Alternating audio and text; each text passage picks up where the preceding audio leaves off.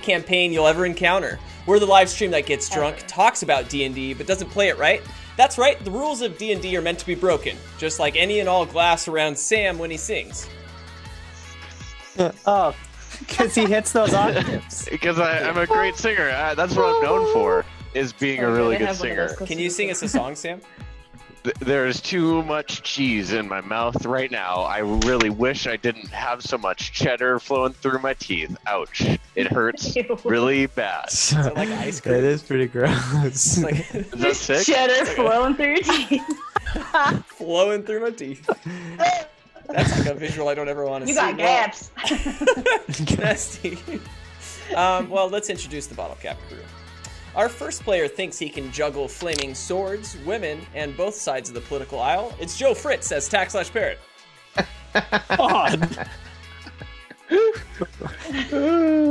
No response to that one. You should stop juggling. That was no, that's story of my life. Yep. Mm-hmm. Yeah. Next player is someone who does their money laundering on delicate mode with a splash of bleach. It's Sam Gates' Ong. I like bleach, and I'm not on. You goddamn. Oh, DM you're Daryl now. Oh! Yeah, you really. You did that on purpose. You know what? Who's the bleach drinker Never now? forget. You go drink bleach. Says the guy who's literally on his phone every time I introduce him. You're like, no. Oh shit! And you're like, hey guys. I do it on purpose. All right. Well, our third player loudly yells, "Send it!" on every email, and has three brothers all named Kyle. It's Miranda Killer Palacio as Jolie. Kyle, Kylie. Kylie. I like that. I'm gonna start doing that email thing. Yeah, I actually did that today. That's how I came up with that, because it said like send email. I'm like, send it, and I'm like, oh what? I'm lame. I'm the lamest dude on the planet. Our fourth Bottlecap enthusiast spends his day sniffing Easy Cheese and successfully converted his household from toilet paper to scratch and sniff stickers. It's Austin Von Johnson as Ergis. I knew it was me! Yes! Yeah, oh man, that's how you make your ass smell nice. It's true, actually. And your fingers smell terrible. Not if your ass is clean. My butthole is scratch and sniff now. Woo! Right. Well, was it before? Yeah. Well, I don't sniff and itch. I don't know. I never tried it. I was never motivated to do it before, but now it's different. He finally found an outlet for scratching, so he had to jump on that one. All right, well, whenever you see women crying, you undoubtedly also see Taylor Hawker as Togu. We going it hard on these. Wow. Juggling women. Wow. I went over the last 5 months of times I've introduced you, and only yours are cutting every time. And I realized that, and I'm like, that's just how it is. I pick on Taylor for no reason. Man, it's hilarious that it took you 5 months to realize that. It's just because we have such a connection, such a strong connection. It's true. What's that connection? Disdain? Is that? I think I'm losing you, Taylor. Our guest bottle capper tonight is someone you might know if you knew her, that I knew that you knew about, and if you don't know, now you know. It's Kat Lizarraga as Esmeralda. It's like middle school all over again. That's kind of mean, don't you think? I mean, oh no, just like, yeah, I know this person. I put my heart into these introductions and my soul. I spend hours on them. I don't. It's true. I quickly think of them and they're always dumb. So before I say anything else stupid, Miranda, is there anything you'd like to say? Oh, well, let me jump on that train. Hey guys, it's me, it's Dyson, being a human form, taking the form of Miranda. I have a website that sells lots of dice, from metal to wood to color to tie-dye to sparkles to toilet paper to feather to blood. Yeah, shit gets serious here at Dice Envy, so make sure you go to diceenvy.com/thebottlecap brigade, or we'll turn your blood into a dice set. Wah, wah, wah, wah. You wanted Taylor's like horn early, but That's it. Thanks, guys. They have blood in their dice? Yes. Oh. October special. I mean, it's not human blood. What? Okay. Well, what blood? It's dice blood. Ah, yes. It's the blood of dead characters. The blood of your enemies when you play Dungeons and Dragons. Nice. Oh, don't bring Ong back into this. We just moved on from a couple minutes ago. Right, well, without further ado, let's score some bottle caps. Welcome to episode 36, Out of Time. You did it. Well done, buddy. Priorities are a difficult thing to set. Deciding what comes first, what happens last, and what will never come to fruition at all, only fate knows. Whether it's finding your lost children, discovering the truth about one's family, reclaiming your lost body, or even prom, it can be hard to set an ordinance to the ever-growing list of actionable items. Tack and Darrow, you sit upon the deck of an abandoned pirate ship, bickering back and forth regarding how smart an apple maggot truly can be. Tack claims that a maggot he found within one of the many decaying apples in the lower level of the ship truly connected with his heart and his soul. Tack, Darrow turns to you and he says, this is what he says, "Maggots are the lowest intelligent beings on Magna. What would you like to say as a rebuttal?" Well, Tack. Just Aspel, don't listen to him. He's a bad man. He doesn't know what he's saying. You're a smart little maggot. We're gonna eat you lots of apples. I'm sorry, is Aspel still alive? I thought he was crushed. Well, if you would have paid attention, we all came together to save him. Well, listen, okay, I was hot off of really learning a lot about that Kraken's life, so I'm sorry, I was a little bit discombobulated. I'm still a little bit groggy from sleeping, but I'm glad Aspel's okay. He meant a lot to me too, so I'm glad to see him around. Respect. And Tack puts a fist out. I just kind of touch it, just a little bit. Tack, where did everyone else go? I'm not sure. You're the first person I've seen. Okay, that's concerning. Have you seen the Kraken? How long have you been awake the whole time? Nope, not at all. So, unfortunately, have you seen him? No, I was asleep, Tack. All right, so neither one of us have seen him. Yeah, I guess you're right about that. Can I see any trace of them, Austin? Yeah, why don't, we're gonna make a perception roll for listening. Okay. 10. Tack, would you also like to roll? Yeah, of course. I love rolling. It's a hobby. I'm into that. Roll. We should say perception? Roll my joint. Pick out the... Yes. 3. Tack, not only do you not hear anything, but you hear like a ringing in your ears for a minute, as if you have heard it recently, and you're confused about whether you have some sort of disease that I can't think, tendinitis. What is that thing in your ears? It's bad. Me again. Ong, you swear that you are Damn it!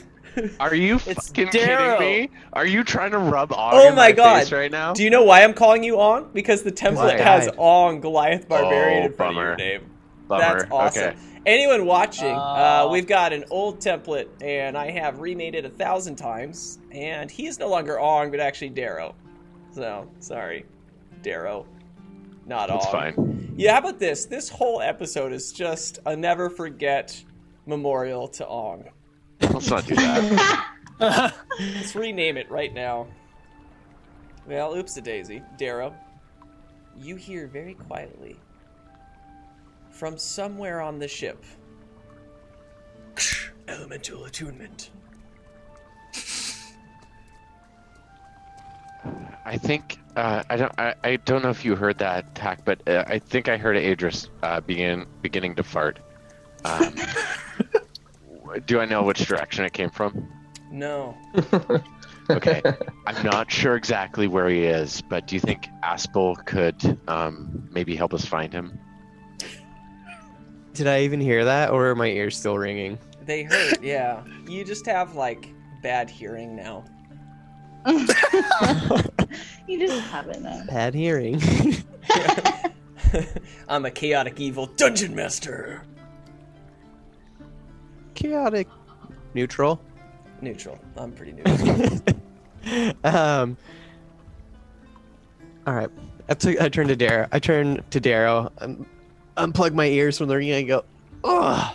Do you need me to fix that? I'd just like to cast, what the fuck is that spell? Fix ears? Mending. Mending, right? Are you going to mend my eardrums? Yeah, I don't think that No, works. wait, sorry, Nice. I'm dumb. I don't know how to be a sorcerer. Sam, we talked about no F-bombs in the first 15 minutes, man. Oh shoot! Come I'm on. so sorry. I'm so sorry. Is that a new rule? Jolie's like, oh, damn it, fuck. Well, I know Lesser YouTube has, like, restoration. I'd those like to cast precautions, lesser you know? restoration on Tack, please. Okay. And because it's a touch, I just kind of want to graze his ears like a little bit too delicately, and just say, Tack, I want you to be able to hear. Yeah. This is cute. Yeah, Okay. he's fine again. You used a spell to conquer something that was kind of a joke. You're fine. You're like your hearing is so good. Oh my god, yes. So do you and Aspel want to kind of see if we can find our friends? I'm sure we can smell them at the very least. Smell. Yeah. Airdris's farts. I guess. Did you hear anything? Do a survival roll to see if you can sniff them out. Are you kidding? From anywhere. I should just set it down on nat 20. You said survival? Yeah. 17. Yeah, you're like actually. You smell a weird mixture of fart and vomit. Yeah, that makes sense. Picked that up too, huh? I wish I didn't now. I was about to ask if that was still a thing, and that answers my question. That was the good roll, was also smelling vomit. Alright. Cool, I go. Daryl, follow me. I would like to try and follow my nose. What Wherever the it fuck goes. is that smell? I'd like to follow Tack wherever he decides to go. I'm like nose to the ground. Okay. Also, for anyone that's watching on Twitch, I upped the hydrate buy to 400 bottle caps. Just I listened to the stream. I'm sorry, you guys. I didn't I know think it was that's so fair. cheap. Yeah. So we can remember last week's episode by the Yeah. end of it? Is that... Yes. That's ideal. You guys follow this trail of smelliness, and it leads right to the door to the captain's quarters. It's a door, so it's closed. Can I investigate for a handle? What do you think about I'm this? just kidding. You fail. There is a handle, but you didn't find it. No. Yeah, man. There is a door handle. It's really a little, messy. It's a little turny, handly Yeah. one. I would like to stealth open the door. And turn back and I go to Joe and I go, shh. Shh. Shut the fuck up. I'm going to try to open the door.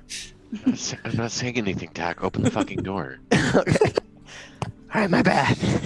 Yeah, it is your bad. Jesus. Do I roll a stealth check? Sleight of hand? Sleight of hand, yeah. 16. Yeah, I mean, you turn it, and normally it has like a sound, but not this time. It's just like Good job. it opens. Yeah, I'm gonna look through. Okay, you open this door, and for a second, you swear you saw something kind of like glimmering in the room. And you blink, and you're like, no, I'm an idiot. And you just open the door the rest of the way, and there's nothing in here. And you were certain that not only did you smell something that you know is a signature air, just rotten egg fart smell, but also you were certain that Jolie went into that room an hour ago to sleep, and there is no one sleeping on that bed now. Darrow, I think I drank a lot again. That really doesn't surprise me. Is there a candle in the room? Yes, there is a candle. Really It is quick, out. I'd like to say, I think that a few burnt hairs might have been lit in this room, and that we should all hydrate, because a few burnt hairs sent us a hydrate on Twitch, and also I love your They fucking did. candles. Thank you so Cheers. much for existing. Love you. Thanks, guys. Shop's really fucking cute. Those necromancy melts I want. Badass as fuck. Anyway, so I'd just like to say, Tack, I think that something magical happened here. I'm not exactly sure what, but it seems like. Can I do a detect magic on the room? That's usually what you do before saying that, yeah. Oh, fuck you! I want to detect magic. That shit's funny. Somebody watched last episode. So yeah, dude, it doesn't matter now. You just meted right through that. You're like, this is magical. Something happened here. I'm a sorcerer, but there is magic. I do detect magic. Your passive detect magic ability is so strong. You just knew. Okay, cool. Tack, there was some magic that occurred here. I'm not sure exactly what kind of magic. I'm not that smart, but it seems like there was some. So I don't know where our party is, but I would assume it's. Hopefully they're not inside that kraken. That kraken was quite sad. So. It was very sad. But Ong was absorbed into that kraken. I saw it. Ong was sacrificed into that kraken. There's Oh. Yes. Oh. But yeah, I'm not Drama. exactly sure. I'm not exactly sure how we could reach them, but we're in a bit of a pickle, I would say. Maybe I could do one of my classic Father McAvoys. Slowly strut around the room for 5 minutes. I'll tell you what. If you dress up like Father McElroy right now, I'm not sure who that is, but I think I would need to leave. Put on the outfit. You're doing it. The Jerry Curl wig, the bandit mask, vampire teeth, and the monk robes. Yeah, you And look as great. he's doing this, as he dons the Jerry curl, Darrow just kind of fucking puts his face in his or his hand in his face and just says, "God, I wish Ong was here to see this." Damn. Alright, where we go? Never forget. I'm ready, baby.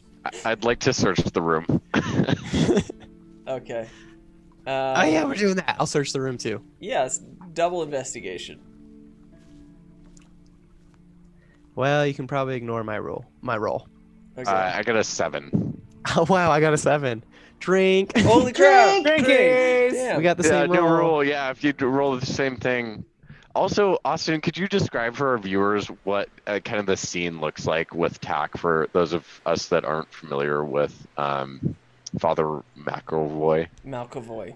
Yes. McElroy. Well, I spelled it wrong. what is that, episode 28? I feel like episode 29 maybe. Anyway, I'll look it up. yeah, check it out. Guys, here's the deal. There was There's a a point in picture. time where Tack wanted to sneak into a town that he wasn't allowed into. And so he said, I have all of these things, which I didn't know was in his inventory, but they were, I guess. And then he put them on, which would be I had a monk. disguise. A disguise. Oh, yeah, you had like a disguise kit. We'll call it that. And in that disguise kit was a Jerry Curl wig, vampire teeth, a monk outfit, and what was the last thing? Bandit mask. Bandit mask, as you do. And they accepted him into the fold, and he walked right into the town because he rolled like a nat 20 on I rolled a nat convincing. 20. It was insane because that's not a good outfit. Technically, that's a bad start to going into a pirate town, but worked out. I don't know. If anybody wants to see a great visual for this, hop over to our Instagram account, which is just at the Bottlecap Brigade, and scroll down a little bit. You'll find our thumbnail for episode 27, and there's a beautiful depiction of Tack as Father McAvoy right there on the Instagrams. It's a nightmare. Word. But yeah, so I'd like to search the room Okay. and see You if guys I both find got anything. sevens. Yep. So Nailed it. yeah, I like this new rule because not only do we drink, but when you guys also roll the same thing, I get to do something special. So you guys are searching, and Ong, you're just a normal person, right? Who doesn't do anything weird, and you're just walking around looking Darrow. for stuff. Darrow. Did I call him Ong again? Every time Yeah. Austin calls him Ong, Austin has to drink. I get a Deal. free Ooh, nat that'll 20. be fun. God So now you damn have it. three drinks. Yeah, it sucks. I called him Ong for like 27 episodes, roughly.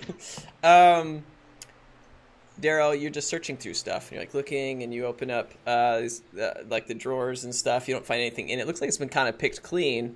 You see some like residue of tobacco in one of the drawers, but virtually nothing else. Tack, however, being not a normal human being, is sniffing the ground like he was when he was searching for Eredris. And you don't notice him, and at some point you turn to go somewhere else, Darrow, and you trip over him, and you guys roll a little bit and hit the back of the wall, and you guys basically end up 69ing. Oh, first off, I'm an asymmetre, not a human. Secondly, Oh my god. oh, your balls. Why do your balls smell like that? I don't know. I wasn't born a goblin, so I think that's what goblin balls smell like. When's the last time you washed them? Tack? Ooh, I think since I became a goblin. I cast prestidigitation on his balls, which I'm assuming are directly in front of my face, and just make them not smell like goblin balls. I've been waiting for that Also- sentence all season long, let me tell you. How tall is Darrow compared to Tack? Enough. Yeah, I'm like 5'8", or whatever, 5'9". Cool. No, So you're Tack's really tall. balls are in his mouth, and then the rest of Tack is just on Darrow's stomach. There's, Oh, yeah, yeah, balls I and am belly It's button. more Fairly like a tall. 6. He's looking It's a down very at the long balls. It's a 60. Yeah, There you go. it's a 6 to a 4. Okay, it's a 64. All right. Yeah, man, it's something. And yeah, you cast a spell on his balls, and they're great now. Congrats. I'm glad your balls smell better now, Tack. Now your balls have a ringing in their ear. And I don't know. Obviously, I don't know that he did that. So I just go, okay, and I crawl off. And I go, Well, did you find anything?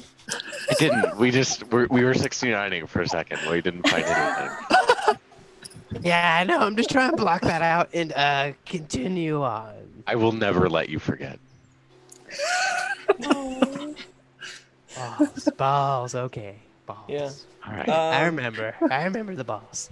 Oh my god, I love this. Tack, you hear seagulls outside, and you haven't heard seagulls much. It's weird. You're like, that's a lot of seagulls. Sounds like at least 6. It's like a flock of seagulls. Very specific. Darrow, are you hungry? Oh, I'm so fucking Just a hungry. seagull. Do I hear the seagulls too? Nope, just Tack. Okay. I'm Alright. so hungry, Tack. I'm gonna go outside and get my crossbow out to shoot a seagull. All right. Have some food. Yeah, you just bust open this door and you look over to the left where the noise is coming from, and you see 6 seagulls circling. It's a tongue twister, over a, you can tell that they're circling about 20-ish feet above a whirlpool that's in the water. I would say about 30 feet off the side of the boat. Port side. Proud of you. Boats. Tack notices that. He takes a quick look to the starboard side. Obviously sees nothing, right? Absolutely nothing, because I said Cool. port side, and I know Back my to the port sides side. of boats. And I turn to Darrow after noticing the whirlpool. I go, Darrow, I think we should probably get away from that or fix it. I don't know. I can't get a seagull. They're not above the boat. I walk outside. Do I see the whirlpool too? I'm assuming. You see it all. Yeah. How far away is the whirlpool from the boat? 30. Okay. Do I still have my disc? Did you summon your disc? The last episode, yeah, but it stays around forever. Unless it can't follow me. If you had it on the last time. It got trapped in the room, didn't it? During the fight, you lost it. I don't think you had it. As long as I'm within 100 feet of it, it's still around. I think you still have it. I don't recall it I going do. badly for you. Yeah. Okay. Then I'd just like to say, well, Tack, I mean, a lot of the times in my vast experience with whirlpools, you can see down in them. Would you like to get on my disc and I can just kind of push you over there and you can look down? I could push you off. Yeah. Well, is that so I can catch the seagull easier? Yeah, sure. Oh, well then sure. I hop on his disc and I get my crossbow ready to get right underneath the seagulls and then pop one so I can catch it. Darrow is still a fish person, for the record, just to clarify. Oh yeah. Oh yeah, I remember. I still see that happen. Does that mean he was a little bit shorter during the 69? Oh, Yes, that's why it worked out so well. Play Can on you imagine it. what fish balls smell like? Yep. Your That's skin it. moist? Your fish skin? It was Gilly, yeah. There we go. Well, I'd like to tie a rope around Tack as well before I push him on the disc. And Is that in your inventory? Rope? Yes, rope. I If trust not, you guys you can- on this, oh, but yeah, I got rid of sometimes you my say rope, never bizarre mind. things. No, I pull out my exotic kite. I'm like, yes? I pull out my yo-yo and I start doing tricks while I'm on the disc. Well, we all have bags of holding, so it makes sense. Yeah, my bag of holding has it in there. All of us have bags of holding. All of us. But I'd like to kind of push the disc out there with him on top and the rope kind of tied around him. And then as I do that, kind of a gentle push, I'd like to take my boomerang out and try to strike one of the birds with appropriate timing so it lands on the disc with him. Okay. And that's also something in your inventory. Yeah, I have a boomerang. Okay. We've talked about this. He's I'm Australian. Yeah. Do an attack roll at the seagull. 13. You hit the seagull. Nice. Let's say... Oh, I want to try and catch it. okay. It's not falling on the disc. It's like nosediving Oh. the wrong direction. So go ahead. But it is, I'm going Well- to say, at a distance that makes you uncomfortable to reach off the disc to get. Well, then I guess. Ooh, can I get it with the vacuum that I have? I want to The hold the vacuum vacuum out in the air towards pot it thing? and see if it can suck the seagull towards Wait, you me. have a vacuum? He has a magical item. It's like a potion bottle that like Vacuum sucks in tube. things. Yeah, vacuum tube. I made Cool. up a lot of dumb things once that Tack has all of, I believe. Except the extended I robbed that whole room. Yeah. That's from the Father Malkavoy episode, Yeah. right? Yep. I'm This is just so reliving my relevant. glory days. Oh man. Oof, that was a The great good old one. days, dude. Okay, use your vacuum tube thing.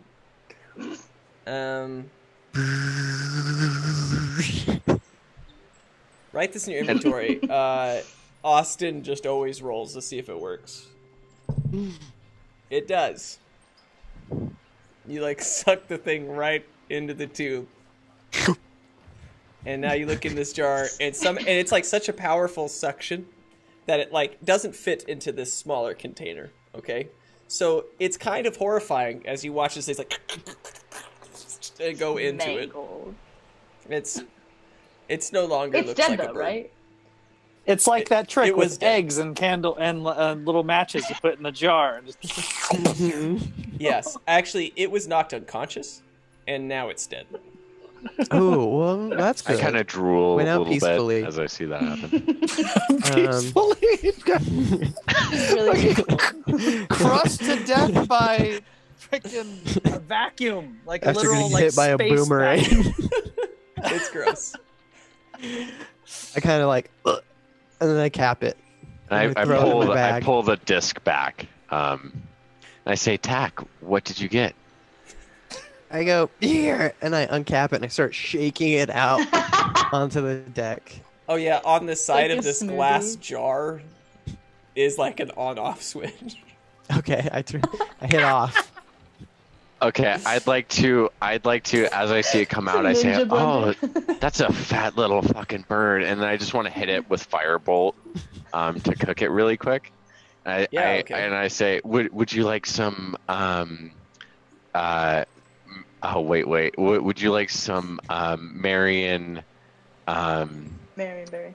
would you like some Marion Johnson pickles and peanut butter jam on your burnt bird, Tack? You know, I'm not sure about that. How well did I cook it, Austin? Do you want to make an attack roll at the dead corpse? I mean, I want you to tell me how well I cooked it. A nature Should I- check or like survival. A survival. It's survival sounds good. Should we keep asking each other questions? Yeah, do the survival roll. That sounds great. Six. It's burnt. Okay. Ooh. I take it At and least it's crunchy. I spread some Marion Johnson jam on it, and it's like fucking like It's sweet all burnt. charcoal. Yeah. And I just take a bite, and I don't break eye contact with Tack, and I just say, that was fucking delicious. Ooh, so I'm gonna go get another one. I'll be The right sexual back. tension that's happening. I like It's a little it. strong. Tack's gonna like wrong with it. Tack's gonna like lay down his stomach on the disc and like frog paddle his way away from In the the air. arrow to try and like scoot away on the disc. I don't let him move. I just keep the, The disc fish stagnant. person that's making direct eye contact with you. Just... I can't wait for the Lady and the Tramp moment between. Oh Oh, man. it's gonna be cute. Yeah, with like the small intestine of the seagull. It's a gigantic seagull. Yeah. Hey man, they're like 8 times the size of your body, supposedly. All right. Yeah, isn't the intestine like a mile long? Or, I don't know, maybe not that much. They're real long. That seems pretty long. I don't know.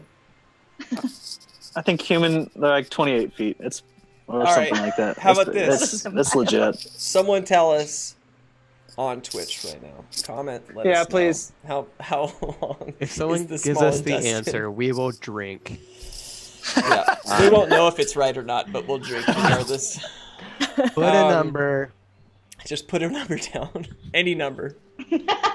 Yeah, guys. Well, cool. So it's weird. It's a weird exchange of things. It's almost like a big bestiary scroll like shows up like new recipe: Marion berry jam on burnt ass seagulls. Marion Berry Jam brought to you by Clacks on Clackstops. Victorian goods. I'd like to turn to Tack and say, well, while I'm enjoying this burnt seagull, what would you like to do about that whirlpool? A few burnt hair says 20 feet. What would you like to do about Not that a mile. whirlpool? That must be correct. So drink. It's about 5,260 feet less than a mile. Very close though. It would take you so long to poop. Years. I can't I make mean, it's it not to like you're work emptying today. your entire intestines in a single poop. So, I'd tell. Oh, you know what? I'm gonna try and use this vacuum on it.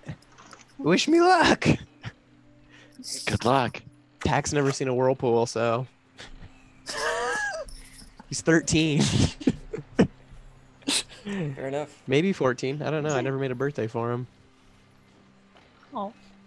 It's We missed Tak's birthday. it's today. Happy birthday. Happy birthday. Now we just probably October 8th. derailed the rest of the session, but happy birthday. This is good. It occurs We'll to see you what as you happens. stare at this whirlpool, you're like, I'm 14 now. Oh. I need to change my age on my character sheet It's so I don't important. forget. Yeah, we just changed Did everything. it. Oh God. Do I I kind know of like it's look his down at my birthday? hands. Is there any way I can ascertain that? Probably not. Did you watch the last session? No. You watched him get older. Just like, wait a second. You look weird. What's wrong with you? So, Yeah. well, yeah, I'm gonna kind of like look at my hands as I'm swimming towards the whirlpool, still on my belly, being like, God, I wonder what my hands would have looked like at 14. And then kind of just be like, well, this has been so weird. Look at where I am. Are you in the whirlpool? No, I'm on the disc, pretending to swim on it to try And and I'm use not the air letting as a him paddle. move. I'm Yeah. trying to get Okay. away to go to the Yeah. whirlpool. No, I just love. I love that the person that's interested in investigating the whirlpool is not the fish person. It's a very interesting scenario. Well, since Darrow is not here, I'm gonna say that you somehow do manage to move the disc slowly. I want a strength contest. Yeah, yeah. Let's roll a strength roll. Let's go with athletics. My strength was only an 8, so you just win. You're not involved. I don't even know who said that. You want me to roll an athletics roll? Yeah, man. Against the powers that be. Well, you probably should have just done what you were gonna do because I rolled a 6. Yeah. You don't beat the disc, and you move nowhere. Darrow, this is getting really awkward. Darrow's back. He says, He says. I'm back. Would you like to go investigate the disc with me, Tak? Oh, you mean I can't do this alone? I mean, I'm a fish person for the moment, so I think it might make sense if you ride me into the whirlpool. Oh. Instead of riding his disc. You can either ride my disc or me. It's your call. I mean, they already 69. It's Yeah. the next step. Yeah. They already 42'd, so it's like... not even- 42, yes. So this disc here is pretty cozy. The disc will stay near us. If you need to jump off and ride it, I understand. But you could ride me too. I'm very cozy. I want to just clarify a visual here. I just feel like this disc just like turns, so you just see him like...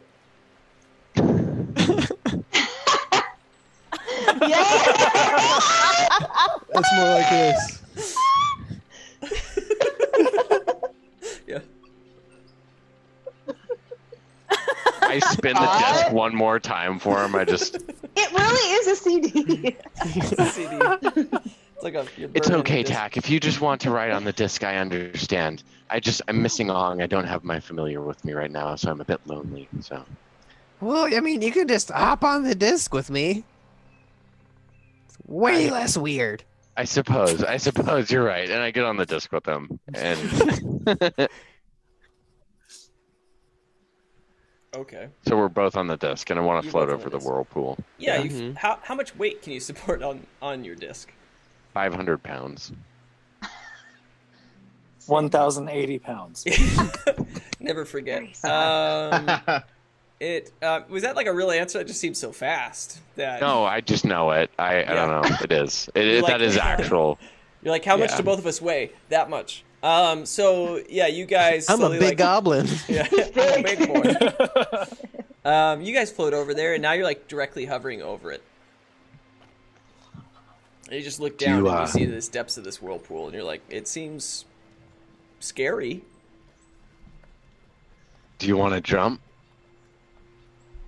The boat seems a lot safer. Yeah, but what do you think's down there? I don't know. I've never seen one of these things before. It's kind of freaking me out. I bet you there's something cool, Tack. This is like an Aladdin moment. Yeah. Do you trust me? I can show you the world. Oh no. Shining, shimmering Splendor. Tell me, princess. Darrow. Did you Tell just me, let Darrow. So, a whole I'd be new like, world? Darrow, what if I can't swim? I can't read. I can't swim. I haven't You done a can't- lot in life. You can't swim it like at all? Well, I mean, I might be able to, but I don't know about swimming in that. Well, I'm a fish person, so if you grab onto my these bottom gills here, not the top ones, that would be weird. Okay. I can do the swimming for us. I mean, I feel like I'm kind of have no other choice. You control the disc. I'm stuck over this whirlpool. Well, consent is very important in all aspects of life, so I want to make sure you're comfortable with this, Tack. It's true. You know what? Let's do it. I trust you. Okay, I'd like to use shape water and freeze like two separate sections, so essentially 10 feet of one side of the whirlpool to try to like slow it down.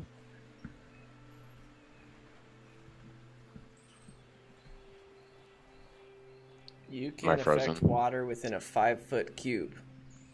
Yeah, I'd like to do it twice. Yeah, so you can affect like half of the whirlpool, and it's weird because it's like hitting the 2 cubes you've created, which is about half total of the whirlpool, about 10 feet, and it's like going like around it now, and you're just controlling these 2 cubes. Okay, so did I just essentially make it more dangerous, or did I actually slow it down? You created more whitewater rapids, but you do have 2 very calm 5-foot into 5 cubes that are very calm. That was my sentence. Okay, cool. Well, Tack, do you think we should just go for it, or do you think we should get on the cubes and get closer? What do you think, Tack?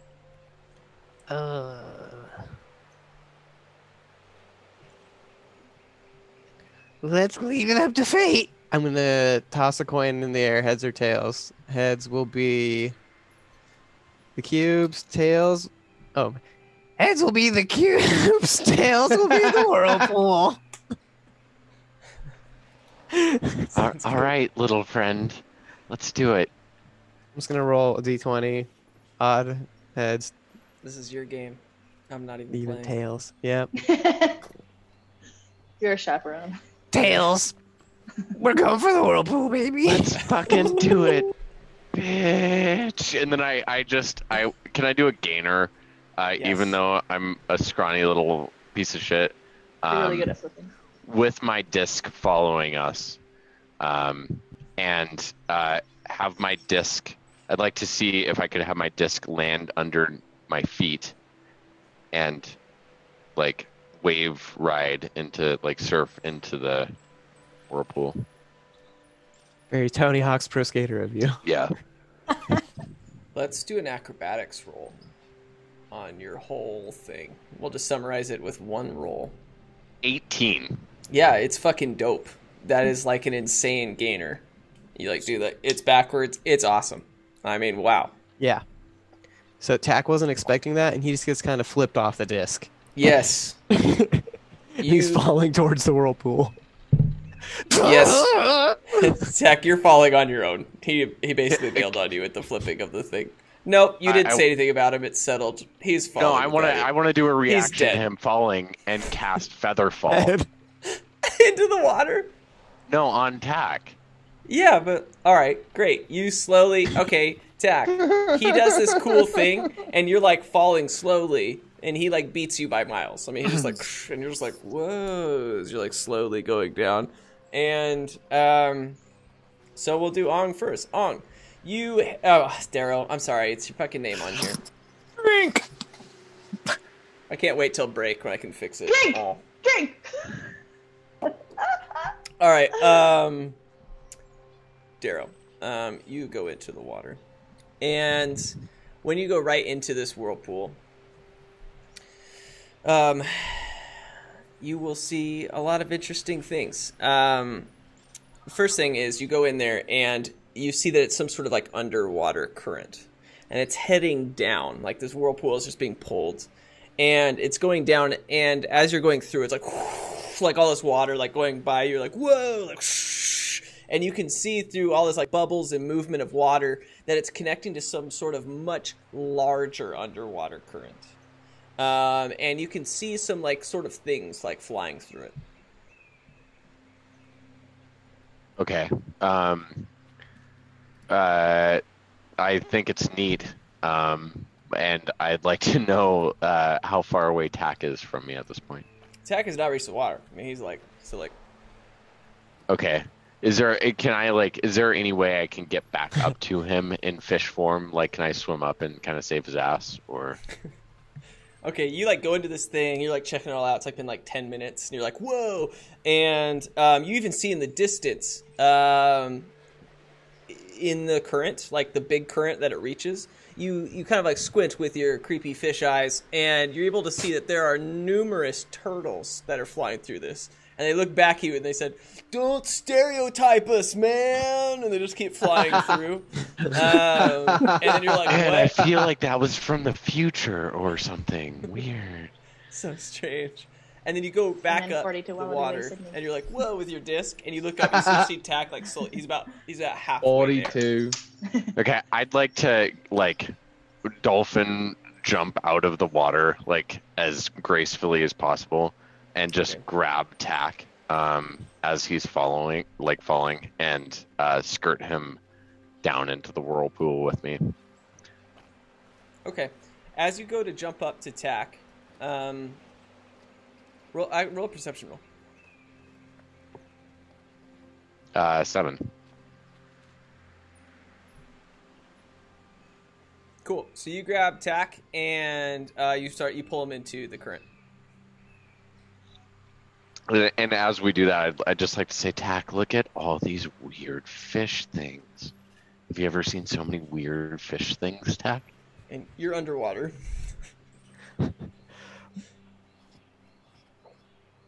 You haven't seen. I plug my nose and I don't open my things. mouth. I just shake my head side to side. No. Do you want to see more weird fish things? I shrug my shoulders with my nose plugged still and kind of go like, yeah. Good. That's good. And I'd just like to swim deeper. I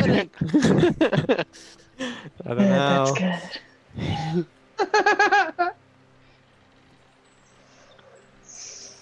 So I'd just like to swim deeper. What do I see? Okay.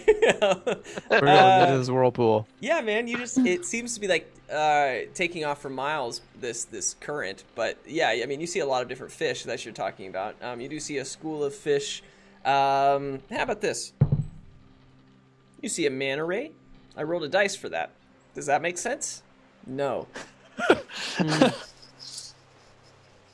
Do you see that manta ray, Tack? I don't know what that means, but yes. Well, you're about to, and I'm growing internally steadily concerned about the amount of air that Tack can actually like. Oh, and I just talked underwater. You somehow, hold his yeah. breath. So I'd like to look for like somewhere like a pocket of air or somewhere I can deposit him without having to surface with Tack. Yes, you can do a perception roll Can I suck face with a turtle? Or like go into the Poison middle option. of the whirlpool to like Are let you- him breathe for a second. There's Did you just try to water world with a turtle? he did. I got a 19 on my perception roll. Yeah, you look around and you're like, well, I guess there's the good old sky above. Well, Tack, I feel like this might be a failed effort. Hang on tight, buddy. And I'd like to swim back up to the surface and kind of just lay on it. But I'd like to be on my back on the surface and put Tack on my chest and just kind of back paddle around with Tack on my chest for a second. Right. Yeah, wow, it's an intimate moment. Tack, it's like that, and he's breathing heavily. And Tack, you like look up, you're like some like water comes out of your mouth because you tried to speak underwater, and you cough a little bit, and you're like look at the situation. You look at his face, you look down at the rest of his body. You feel uncomfortable that you're laying on his pelvis and stomach, and you decide to think about other things. And as you look up above the ship, you notice this weird green dot start to expand and towards a large circle, and it's about 25 feet above the ship, and it seems to be some sort of green circle floating above the ship. Is that Rick Sanchez? Who's this Rick Sanchez you speak of, Tack? It's a guy my mom grew up with. Is he a fish as well? Morty! No. He was kind of a wizard. Oh, kind of like me, but lamer. Interesting. I just like to keep on back paddling. Okay. Are we gonna lose the ship? Do you want to go to that green circle, Tack? No. We can go. Let's go. Do you want to go? Not really. Kind of scared of it. Do you want to go, Tack? So, we can get closer, I guess. All right, I'd just like to kind of back paddle a little bit closer to it. Okay, yeah, I mean, you guys are reaching like the side of the ship, and yeah, I mean, you can just see it kind of like glowing, and it's like emanating, almost like it's moving just above the Tack, ship. throw something into it. See what happens. I'm gonna shoot a crossbow bolt into it.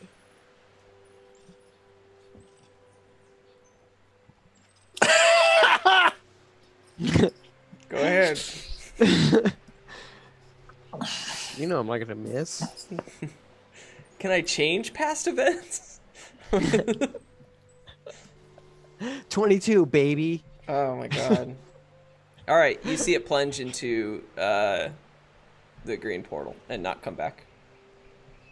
It Tack, like disappears when it hits it's it. a portal. It's a portal, Tack. Let's go through it.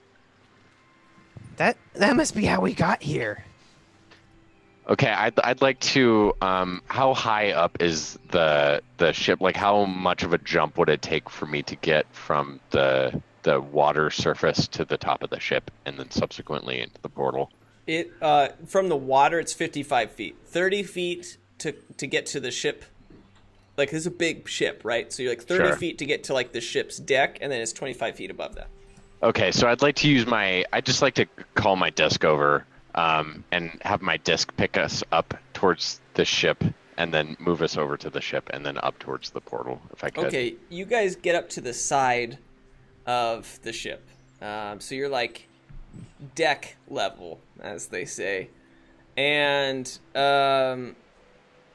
Tack, as you reach the edge of it, like the edge of the ship, like the little like handle on the side of it, you make eye contact with some sort of different maggot, and it stares into your eyes, and you have some sort of deep connection. You look over at Ong, and he's also entranced with this different maggot that isn't Aspel.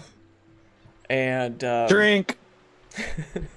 And Ong, Darrow, god damn it. Drank. Cannot wait. That was two.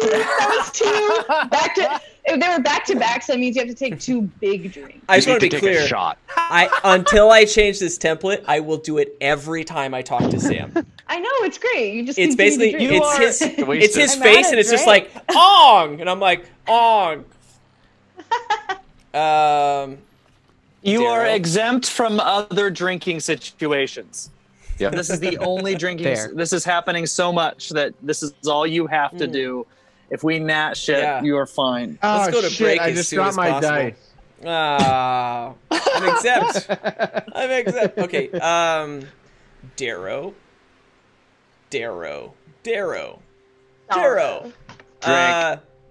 You make eye contact with this thing, and you feel like you feel like you have some sort of connection, as if there's some sort of intelligent being looking you back in the eye. And just as you're about confused on your opinion with maggots and whether they actually are intelligent beings, we're going to go to break. We'll see you guys very, very soon. And I'm going to fix the template, stop calling him Ong. Check us out on all the things and go to DiceND.com/the Bottlecap Brigade and get yourself some dice. We'll see you guys in a couple minutes. Thanks so much. 6 9 6 9 6.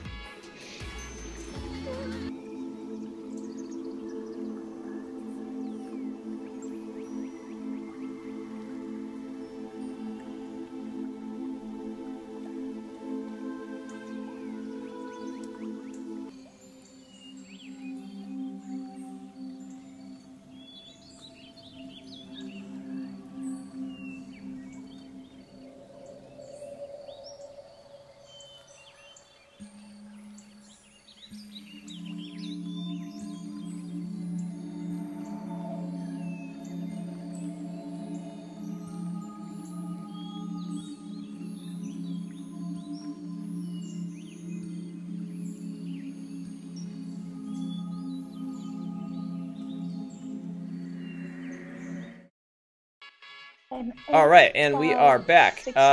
Yes, a lot of things happened while you guys were gone, but Austin, take it away.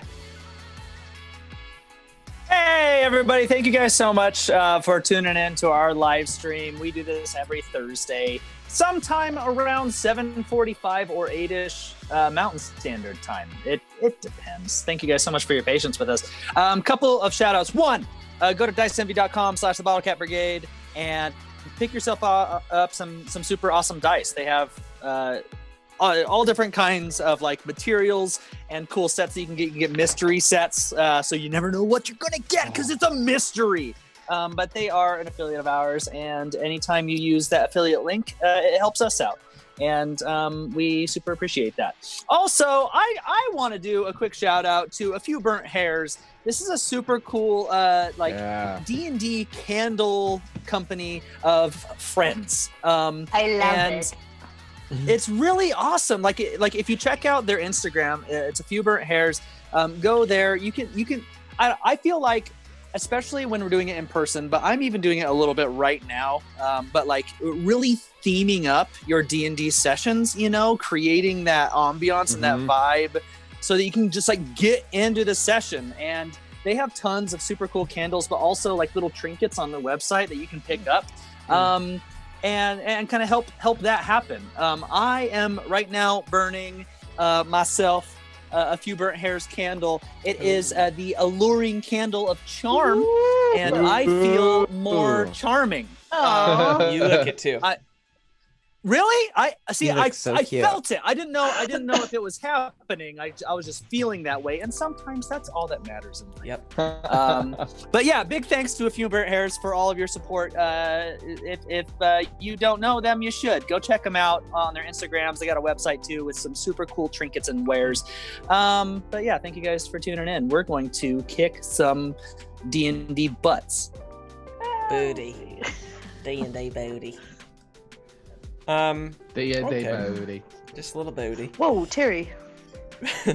Oh, the cat. He literally just clawed my butt as soon as you said that. Whoa, Terry. Some butt. Whoa. All right. You guys have just gone up the side of this boat. and both of you made eye contact with this deep longing, heart and soul connection with this maggot that is on the side of like the arm rest, if we call it that, the side of the boat. Darrow, you're a changed man. So am I going like into the portal, or do I still have some time? I mean, yeah, you're like still moving up if you'd like the disc to continue going up. I'd like the disc to stop immediately, and I'd like to turn to Tack and say, Tack, do you see that little worm friend? That's not Aspel, is it? No. Who the fuck is that? I don't know. I've never seen so many worms in my life. There's a lot of them. I feel like they're our friends. Yeah. Maybe Aspel knows him. And I want to grab Aspel out. Hold Aspel up to this worm. They look at each other, and you just see them like almost like, I guess they're snakes at each other. They seemed aggressive. I yell, "Get him, Aspel!" And I toss Aspel towards the other worm. Yeah, Aspel's just like, and just this maggot flies into the maggot, and you see them roll off the edge onto the like the deck of the boat, and you just hear tussling. It sounds like Tic Tacs falling to the ground, and mud wrestling. Yeah, it doesn't sound like much.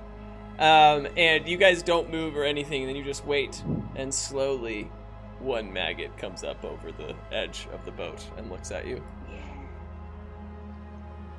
Oh my god, who is it? Can you talk, little friend? Can you speak? Did Aspel speak last time? Okay. I was concerned that I made a voice for Aspel. I'm so glad I didn't. You will soon. Oh, no. I'm sure. No way. Once we get Airdris here. Oh, man. Yeah, oh my god, he can speak to small. Okay. Tack, make a perception check. I don't know if there's something like identifying. I feel like that's the best. That is a spell. Yeah. Perception. I don't have any bonus. Nope. 13. Yeah, you're like, it's Aspel. He won. Let me see your work. Your masterpiece. And I want to check on the other worm. You look over the edge of the side of the boat, and you don't see another maggot. Doesn't Aspel have a birthmark? And you notice... I think he does. Really? Yeah, that's how Tack identified him 2 sessions ago. Like he rolled him over on his stomach. I think Aspel has a birthmark. Yeah. Why are you agreeing, Sam? You weren't even there. No, he 2 was sessions there ago. for that one. 2 sessions ago. Oh, okay. Don't fuck with me. Aspel got a birthmark. I know that. I'm gonna start calling you Ong again if you make me upset. All right. It's really my pain. So yeah, you'll have to drink. Yeah, I wouldn't want that. Okay, man. Well, you do see this maggot burp. It's like, bro.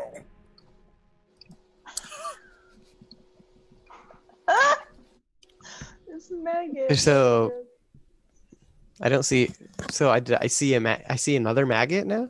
No. And it burped. No, just the maggot that crawled up the side. Yeah, and it burps, and you don't see a maggot on the ground. Oh my god, he ate him. Oh my god, he ate him. He ate Aspel? No, Aspel ate that other maggot. Do you know why? How do you know this? He burped, and there's nothing there. The other maggot's gone. It seems like conjecture, but I'd just like to cast detect thoughts on the maggot. Oh, wow. Do I need to make a wisdom saving? Yeah, a wisdom saving. No modifier here for the maggot. Here we go. Oh, that was a fucking wise maggot. I got a 15. You failed. Oh, shoot. 16. Damn. So I probe deep into that maggot's mind. Deep. Yeah, wait. Oh god. Okay. You're here. Okay, I want to know everything about what it's thinking. Oh, sorry. Yeah, what the fuck? What do you think I'm doing, man? I mean, it's like I don't even know how to be more clear. I don't know. Aspel had a very aggressive asshole voice. Yes. You hear this though, Darrow. I'll convince the human. The human will think I am its friend. I will slowly get bigger. I will eat the human. Oh my god. You know what, Tack? I kind of like this. I kind of like this Aspel. He seems to be demonic at least. Maybe extraplanar. Maybe like a pre-emerging demigod of sorts. I can't really tell. They didn't. I only got to 201 in Eldric class at the School of Sorcery, but it seems like a pre-emerging planar demigod that we came across. I think we should hang out. What does any of that mean? Well, let me break it down to you a little bit more simply, Tack. That maggot is actually a god, kind of. And I think of all my friends that way, so yes. Yeah, and this one's like an extra special friend of yours, so I think that we should put him in our pocket and pretend to be nice to it so it doesn't wind up eventually killing us, and also we can take advantage of its power. We don't share any pockets. I'm gonna put it in my pocket. Yeah, okay, you can put it in your grab pocket Aspel if and you put it in my want. pocket really quick. Okay, you grab Aspel and you put it into Climb your over pocket. the side of it. And it starts like crawl out of your pocket. Is it a shirt pocket or Oh, it's like well, I guess it's a little pouch. where? A pouch pocket. I put them in with my money. Oh, okay. So you can and bag bathe of in my holding? glory. You look down to see its head pop out of it, and it like looks at you, and it's like all sweet, and it like rubs its head against your waist, and then it goes back into your pocket. Oh. It's very cute. Now, Tack, do you remember what I said about it being an Eldritch god? Do you remember that? I think so. Okay, that means it's Yeah. really, really, really mean. It's gonna try and kill you one day, okay? And when it tries to kill you, all I need you to remember is just accept its blessing. Accept the power, whatever the cost. Drink the demon blood if you need to. It's worth it in the end, okay, Tack? I kind of watched someone do that once. Mm-hmm. It was bad. Well, I mean, sometimes it's bad, sometimes it's good, sometimes people fuck up and make mistakes. Just if you don't drink the demon blood, it's going to be worse for you, okay? That Just so little maggot everybody is- gets the joke, Sam was the one that did it. Sam is on his third character of the campaign. He is on his third character. Taylor just laughed. So just make sure, even if you have to sacrifice your mortal coil, just know you will be more powerful in death, okay? Okay. And you guys, you just hear a small burp from your pocket again, Tack, from your pouch, and you hear some movement, and you guys look up to see one by one Eridris, Jolie, a mysterious fish person, and an additional smaller mysterious fish person fall out of the portal, and they all land separately. Eridris, can you make an acrobatics roll? Actually, I mean all of you. What?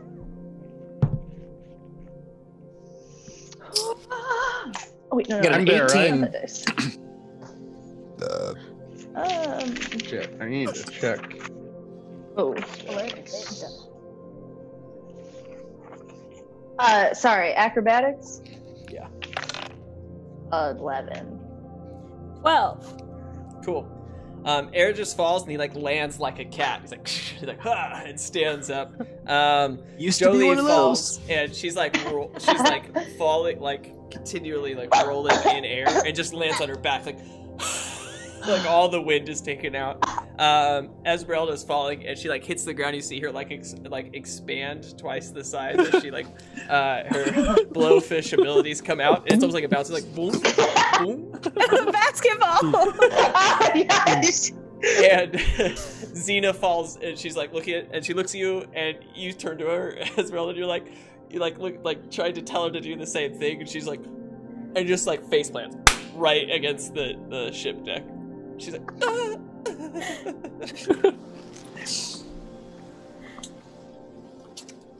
Yeah. Scene. Who? What the fuck is going on? Where did you guys just come from? Did we just fall from above back onto the boat? Time and space is really weird. Oh, hey guys! As I turn to Tack and Darrow. Why Where are were there you more guys at? fish? Why is there a fish? What is that? Why is that fish like mostly leg? This It's is our new Deflating friend. as they're. I just start just like. She seems like a lot. She seems like a lot. Okay, already. Darrow, you don't get to just suddenly judge who we're bringing home, and you're Yeah, a lot like- to handle. This is our Yeah, like, friend, wow. Esmeralda. I'm a friend. Hi. And We're you gonna know help what? her plan prom. We're going to prom, y'all. And if you keep this up, you're not invited. Yeah, no MVP access fuck, for you. Darrow. How about if I told you that I don't give a shit about your prom? Darrow, I thought you were fancy. Don't you like get-togethers and stuff? But only if I get to help plan them. Well, be nice and maybe you will. Yeah, maybe we'll invite you on the committee. But for You right don't even now, know only this I'll pay man for, Esmeralda I'll and pay for Eridris. everything. Okay, he's on. He's on board. Okay. We're getting him Yeah, on. Thank yeah, you so much. yeah. Welcome to the Knows how to get into the party. Welcome. Welcome to prom. Where's Togo, you guys? Togo and I had a bit of a weird time. Oh, wait. Yeah, Wait, Oh, sorry, No, Tack. Togo was Ignore with me. us. My bad. Wait, yeah, where is Togu? Did he stay back? I sure hope not. Did he try and get his like weird knife thing? Oh He was god. really upset about that. Yeah. I want to look up and see if the portal's still open. It is. I want to try to jump up into it So and, Yeah, and, why and don't see you if try see if I can like poke my head, almost like it's a hole into another like room. Like, see if I can see Togu. okay, it's 25 feet, so you know instinctively you're not gonna make it by jumping. What about still your gonna wings? I'm gonna try. I'll use my Alright. disc to kind of put my disc underneath him. Well, wait, does he without him knowing? Yeah. All right, Roll man. to know. You jump, Hergis, and Yeah. it's insane. Like when you jump, you're like almost like a superhero. You're like, and you just like keep going up. You're like, I knew it. Like and it like occurs. Yeah, Like I did. you're like, I am a superhero, and you just keep flying, and you reach like the edge of it, and or your head goes into it, and Ergis and Togu. This is what you see. You see Togu take off this falconry glove as all of these seagulls that were passing by you, Ergis, that as you were flying up there, and they like fall to the ground, like as they're like hitting the ground. And you pull off this falconry glove, Togu, one made famous for its ability to pull flying objects towards it. And those 6 seagulls drop to the ground to potentially be forever buried in the underwater. This is the tomb. moment where Miranda remembers what happened at the end of the session. Togu, Exactly. you look up from seeing these 6 seagulls on the ground. Wait, am I Hydrate. still in the portal? Yeah. Am I still on the other side of the portal? Yes. Hydrate, everybody. Okay, I'm just making sure. I'm just making sure. Hydrate. Mm. Thank you, Hydrate. You look up from looking at the seagulls that fell to the ground after you took off the falconry glove, and you see 3 gargoyles flying at you with their claws extended forward and with your prized family dagger pointedly sticking out of one of their necks. As it approaches you, you are able to grab hold of the handle. And at the same time, these 3 gargoyles are making contact with your arms, your chest, and your left leg. And their momentum pushes you slowly through the portal as you're holding on to this thing. And you find yourself descending to the ground, your favorite thing falling. And you're about 25 feet above the ship's deck as you're falling to the ground. It's like the shortest fall I've ever fucking had. It is. It's the nicest one. Erigis, Under however, a mile. you've changed things slightly. So he's falling over you, and you're like looking between his legs, and you saw this whole thing happening. And you're like, oh my god! Like as these like gargoyles are flying into him, and he's like grabbing this thing and falling. Anyway, they're like falling over you. And you're just like sitting there. What would you like to do as he's collapsing over your head? It's Togu collapsing over my head and not the gargoyles? Yeah, they're more towards his upper body. One's near his left leg, one's on his chest, which is the one with that he's holding onto the dagger, and the other one's on his right arm. I mean, if I'm within striking distance of the gargoyles, I want to be like, holy shit! And I want to strike at the gargoyles. Are my eyes open or... Oh, never mind. Doesn't matter anymore. Yeah. Yeah, we'll do an attack roll. Go ahead. Cool. That's a 19 to hit. You hit.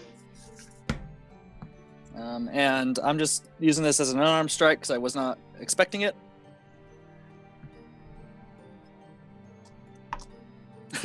It's a 4. Okay.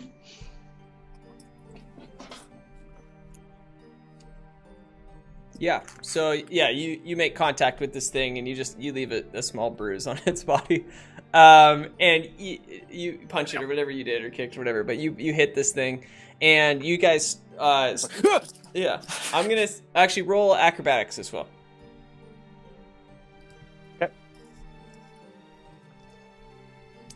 10. Okay. You fall backwards. It surprises you. You're like, it's almost like, so now you're like, all of you are falling down in slow motion. All of these gargoyles are making contact with your body, Togu. You feel I don't want to say, I'm just gonna say it. You feel the penetration of their claws as they make contact with your body.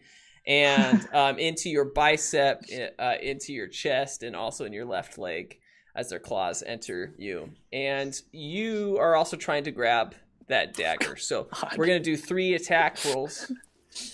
And you also get to make a roll to see if you grab that dagger. Let's do just a dex roll.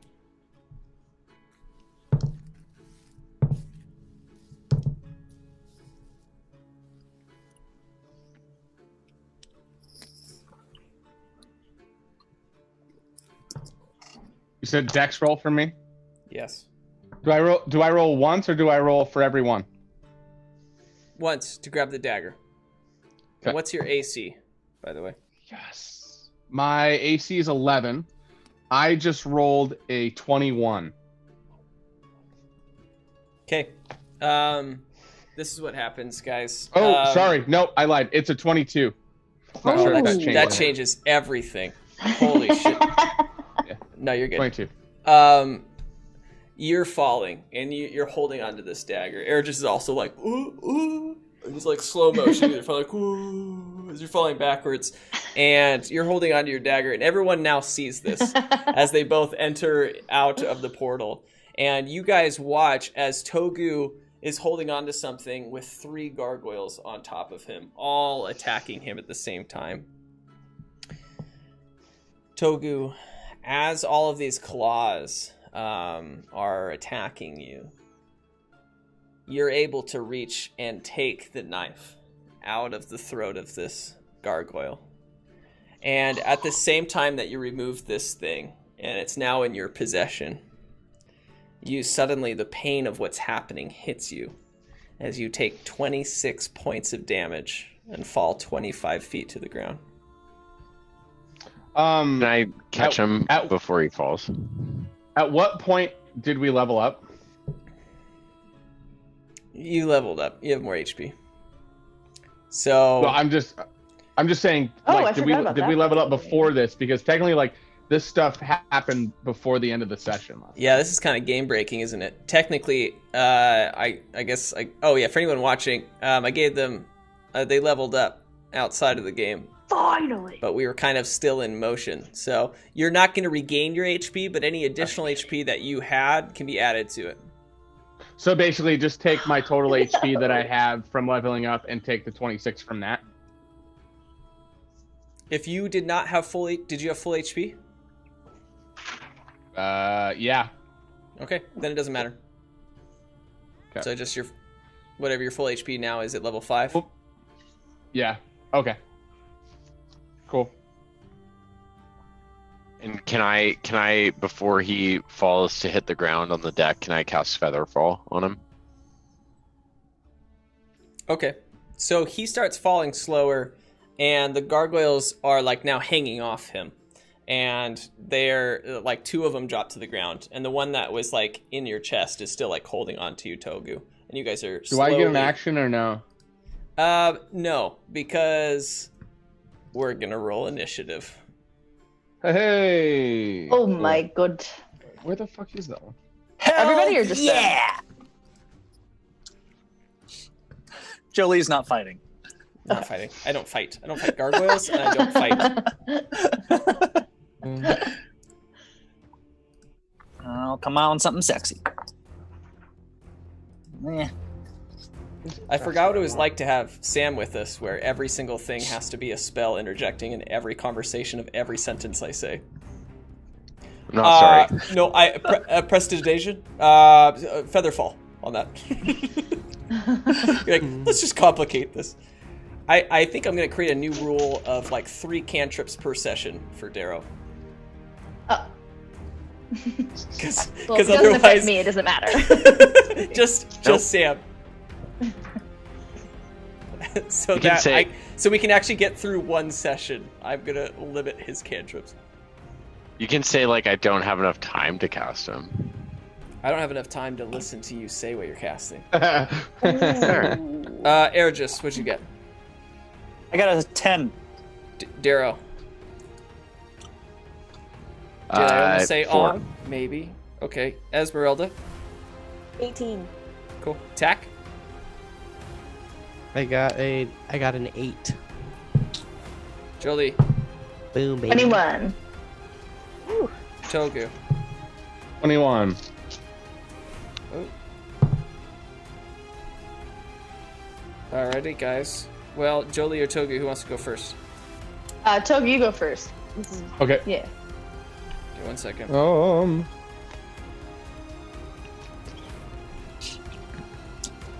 Can we RP out of turn order? You can communicate whenever you want, yeah. Cool. So, like, I'm looking at the gargoyles. I'm like imagining, the gargoyle like fist, like that was like shoved into the chest of my wife that was passed away. And so I'm just like looking as all of this is going through Ergis's head. And before the fight starts, I just turn to Togu and I'm like, Togu, play something badass.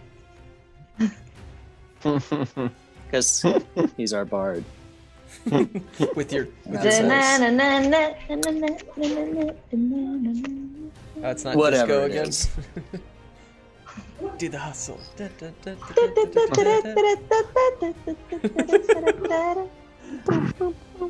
Yeah, great song.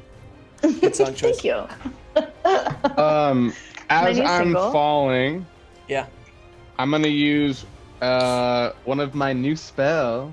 Oh. Okay. I'm gonna cast fear. Okay. And let me give you some targets here. So, there are 3 gargoyles. And they're hanging off me, right? It doesn't matter necessarily. If they're hanging off me, it's a 30-foot cone around my body. Okay. Well, you're going to hit all of them then with this. But there's a green one. That's the one that's on you. There's a tan one and a brown one. The tan and brown both fell to the ground. Okay. So they must succeed on a wisdom saving throw.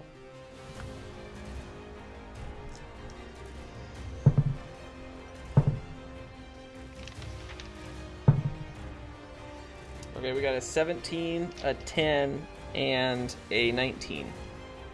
I learned something today. Let me make sure I got this right. What were those numbers again? One more time. Oh God. 17, 10, 19? Yes. Yeah. Okay. So they're falling like towards me. Or wait, am I still falling, or have I hit the deck yet? I hit the deck. You hit the deck. I hit the deck. Okay. And then they're like falling above me, right? Towards me. What's everybody's position at the start of this fight? Mm-hmm. Yeah. Wow. No maps. No visuals. Yeah, well. You guys, they're not falling on top of you, but I would say they're all fairly close. Because you guys had just fallen to the ground. So, let's say that you guys are somewhat encircling them. So they're going to fall, like, in the water is what it looks like. On the ship. And we'll be on the ship. Oh, okay, got you. Oh, shit, what the fuck am I supposed to do? Hydrate. Hydrate. Hydrate! Togu, we just need your spell DC. Oh. Yeah, you just need... Sorry, 14. So one of them fails. The tan one fails. So what happens with him? You said the green one's holding on to me? Yeah. And the tan one is on the ground. So do you have the rules of fear? Do you want me to read them to you? Yeah, go ahead. While frightened by this spell, a creature must take the dash action and move away from you by the safest available route on each of its turns, unless there's nowhere to move. If the creature ends its turn in a location where it doesn't have line of sight to you, the creature can make a wisdom saving throw. On a successful save, the spell ends for the creature. Okay. So basically, he's afraid of me. So. Okay, Erigis, Esmeralda, and Jolie. This thing's gonna start taking off, and you get to have an attack of opportunity. Cool. Let's go with Erigis first. I don't know. Yeah, and is this just with any weapon, or how does this?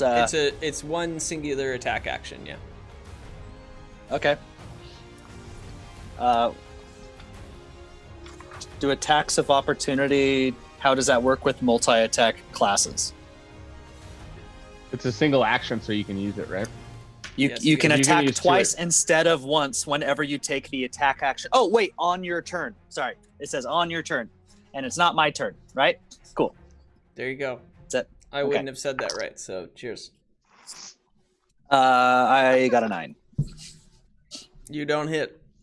Yeah. Esmeralda, you can do any attack it is that your sudden pivot to barbarian skills are. I'm gonna kick him hard. Yes! Yes! Your legs beat your weapon. So, You're like heels. yeah, I do have heels on, so. Yeah. I guess you're a barbarian now, but your stats, I don't know if you changed anything. I did really quickly, so it's very bare bones, but I did really quickly change the What's your stats and strength? everything. What's your strength total? It's +2, I think it's. Yeah, okay. So you make an attack roll. Sam, clarify if there's anything else with barbarians, but she's getting +2 to her attack roll if she's not raging at the moment. Level 5? Yeah. You should have 2 attacks. Like you Not just now, get 2 though. attacks. Yeah, like not right now. On though. attack of opportunity. I think we just went through this. Oh yeah. Not that I can think of then. Yeah. That would be like the only. But I just meant modifier wise, like you're just a strength modifier. It should be gotcha, strength gotcha, plus gotcha. proficiency. Yeah, strength plus proficiency, but no extra like cute shit. Okay.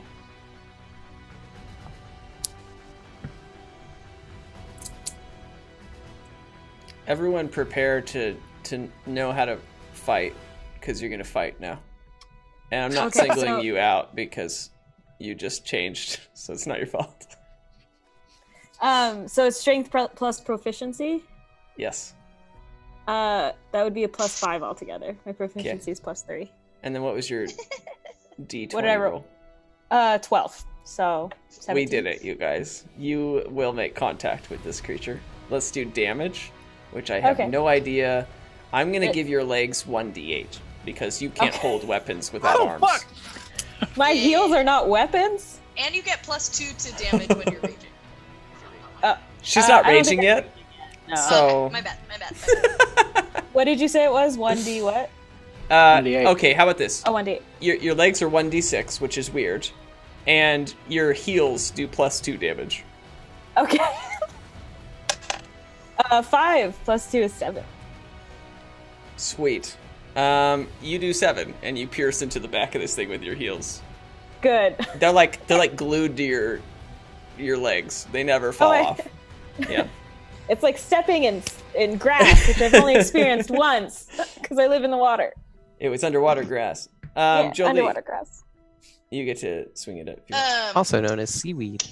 Yes, that moss, If you seaweed. will. I love this whole thing because it's kind of like the tunnel at the end of a kid's soccer game, only we're hitting it. Like it's running through the. We're like, yay! Oh, I didn't understand. Yeah. I feel like that's every attack of opportunity. Like it's all fun except people are dying. Okay, wait. So, will you describe the scene again for me? Now that it's gone. Still the same. Ericus, Esmeralda, and Jolie, you guys were near this thing as it hit the ground, and it just started taking off. So you guys get to hurt it if you would like. Hey, Double D, is it the brown goblin's turn? No, but I decided that it was taking off out of turn. Okay, just checking. I just reread my own rules, so. Yeah, no, theoretically it would run on its own turn, but Okay, am I close to? I want to look around and see if anybody's hurt. You're just making an attack of opportunity right now. Oh, this because the gargoyle's running past you. Oh, and the three of us. Oh, fuck. Okay, got you. My bad. Yeah, and I've still got a bonus action too. So. Oh, okay. I see. I'm gonna snap my fingers and do the twist and do cast a little you magic. still? And you cast can a little do it magic all missile. by yourself. Oh, okay. I thought this was like a. Never mind. Go ahead. So I'm gonna create 3 little glowing darts, and they're gonna look like little arrowhead tops. And I'm just gonna go, and then 3 of them hit the creature that's running by. I don't gotta roll for it, and it deals 1d4 plus 1 force damage. Yep, and it just says it hits. Doesn't even get a roll. Okay, that's just it. It's like magic missile. It can't miss. Yeah, it just doesn't. Ooh, that was 11 points of damage. Damn! And these little arrowheads just go thunk, thunk, thunk. I'll go for the neck. Ooh, brutal. Y'all, did you see that? That is new. Did it? Yeah, she just does her little snap thing. I mean, you guys like fuck this thing up. It was like as it just like continues to like run off, and you just see it like jump into the water. Togu, what else would you like to do on your turn? As I'm still falling, I've got Church Key in hand. I just want to scream, Eredris, I got Church Key back. Let's fuck these goblins up. And then I want to give Eredris Bardic Inspiration. And at level 5, by the way, it's a D8, not a D6. So yes, you get to use Dope a D8. sauce. Alrighty, Jolie, it's now your turn, and nobody's on deck because it's a gargoyle afterwards. Okay, so that thing flew off and is now away, so... I kind of want to hold... There's another gargoyle on the ground, and then there's still Togu falling to the ground with a gargoyle stabbing him. Oh shit, okay. I'm gonna cast Guiding Bolt on this other gargoyle that's on the ground. Okay. The brown one. The brown one. Oh wait, oops, that's guidance, hold on. Wrong spell card, but I still got that spell. It's right here. Okay, cool. I'm gonna try and cast some orange lightning or red lightning. And let's see if I make it. Oh, nope. 6. It's 12. 12. Does 12 hit? 12 does not hit. Darn. Ooh. Oh, well, that fizzled out. You know, every time I try to be offensive, it never works. I love that we RP even in battle. We're like, well, I'm sorry, guys. I tried my best, and it didn't work. Because you're a kind person, that's why you're never offensive. Oh. Thanks, Eric. I tried. You said, Togu, when the thing is not within eyesight of you, it makes a wisdom saving roll. And I have to beat your spell DC again, which I got a 20. Oh, that'll do it. Yeah, so he did that. Okay. Yeah, you guys don't see this thing again. It does get closer to you guys, but you don't see it. Esmeralda, you are up. And another gargoyle's on deck.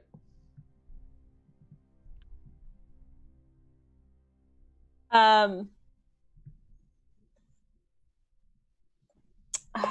don't have any weapons yet. Can I go into a rage then? Yes. What does that sound like? Yeah. I'm gonna just like puff up and Puff, pass. You get like super muscular with all this. yeah, my legs are gonna yeah, just like immediately puff up and then just like kind of dig my heels into the ground and just start charging him.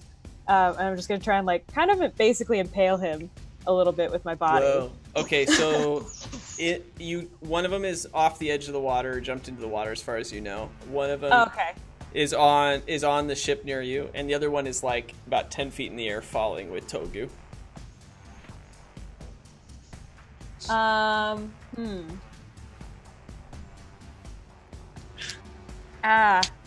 try to decide whether I jump up and try and hit just the one that's grabbing Togu, or I just go for the other one. Yeah. I'm just gonna go for the other one. Okay, cool. It's the brown one. Yeah. Go for it. Let's do an attack roll. That is +5. That's a 20. Dirty 20. You're gonna hit. Go. Yes. Unnatural, I think. Yeah, it was +5. It was a 15 usually. Do I just roll a 6? Yeah, 1d6 +2 plus your proficiency, I believe. Okay, that's 2 + 4, +2 + 2 + 3, so that's 7. Again, right? Yeah, 7 damage.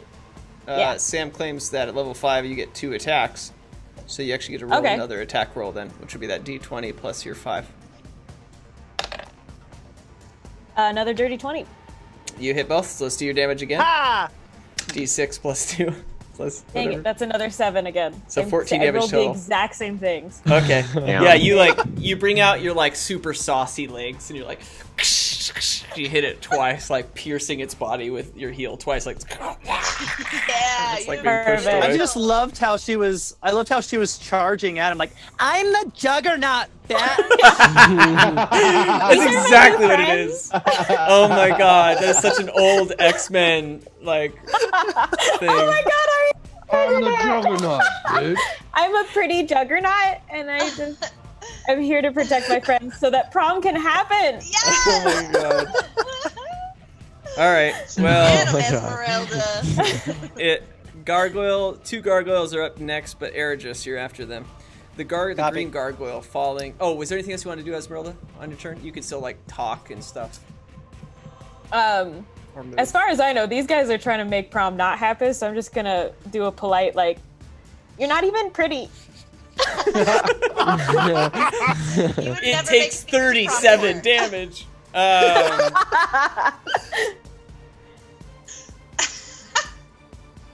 All right. You'll never be prom queen. Yeah, damn. This gargoyle, this green one falling with you, Togu, hears that it's being, not being called pretty. And it looks over at Esmeralda, and then closer to it is Jolie. And it makes eye contact with Jolie. And you see it pull its claw out of your chest, Togu, as you're falling. And it seems to, like, throw some sort of, like, dust onto Jolie. Jolie, can you make a con saving roll?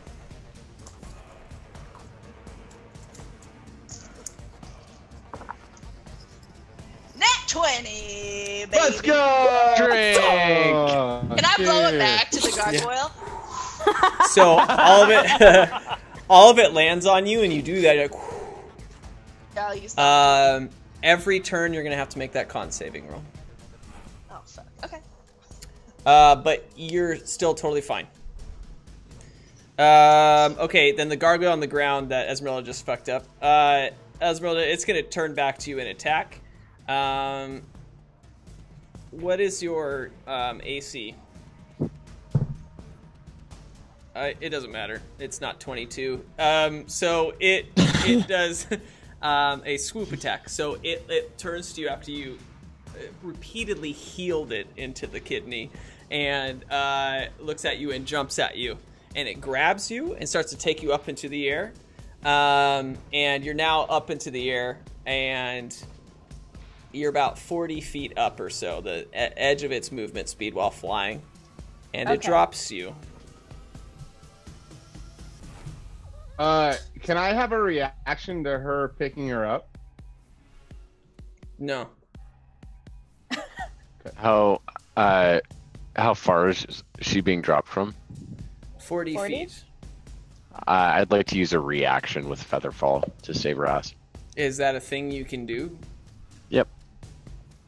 Outside of your turn, you can react. I don't know. In battle. Can I? I feel like 100% no. Okay, I really don't know. I think there's a reason that there's a turn to combat, right? Like, and so just so you guys know, this is like a special attack. I have it in my notes. Swoop. It's an attack roll, picks up player, no attack of opportunity, drops them from the sky, and I wrote oops a daisy. So those are the notes. What a surprise! Austin made a rule and an attack where he literally picks someone up and drops them from a high distance, and no one can do shit about it. Huh. Sam's scenario that he's asking makes no sense to me. But I think I can use one reaction per turn. It doesn't have to be like Sam on is just my trying turn, to use but like a feather fall so she doesn't hit the ground. Yeah. As far I what was I just trying to understood put on the reactions. glove. Okay, we're looking up a rule. Everyone drink. Yes! I've been waiting. Featherfall, 1 casting time, 1 reaction, which you take when you or a creature within 60 feet of you falls. Yeah, according to Goblins. I react to them falling. So and reading like a reaction. Let me see if I can find the actual reaction. I didn't know that Featherfall had that. That's cool that it's a reactionary. Hey, yeah. Double D. So do you want the same rules applied to Falconry Glove? Because if that was the case, they wouldn't have gotten 40 feet. What are you talking about? I feel like putting on a glove would be different, but like, so as a reaction, a reaction, instant response to a trigger. That I can take on my turn or someone else's. But what would be a trigger? Because this has nothing to do with you. For falling. Someone falling. Yeah, Anyone I falling can take within that 60 feet reaction of you. when someone falls. Yeah. And it's a cantrip. It's a first level spell. Okay. And you're going to take that action.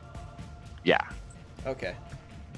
And I can cast it onto up to 5 things in that area. So I want to cast it on the gargoyles too. This is gonna be a really boring fight.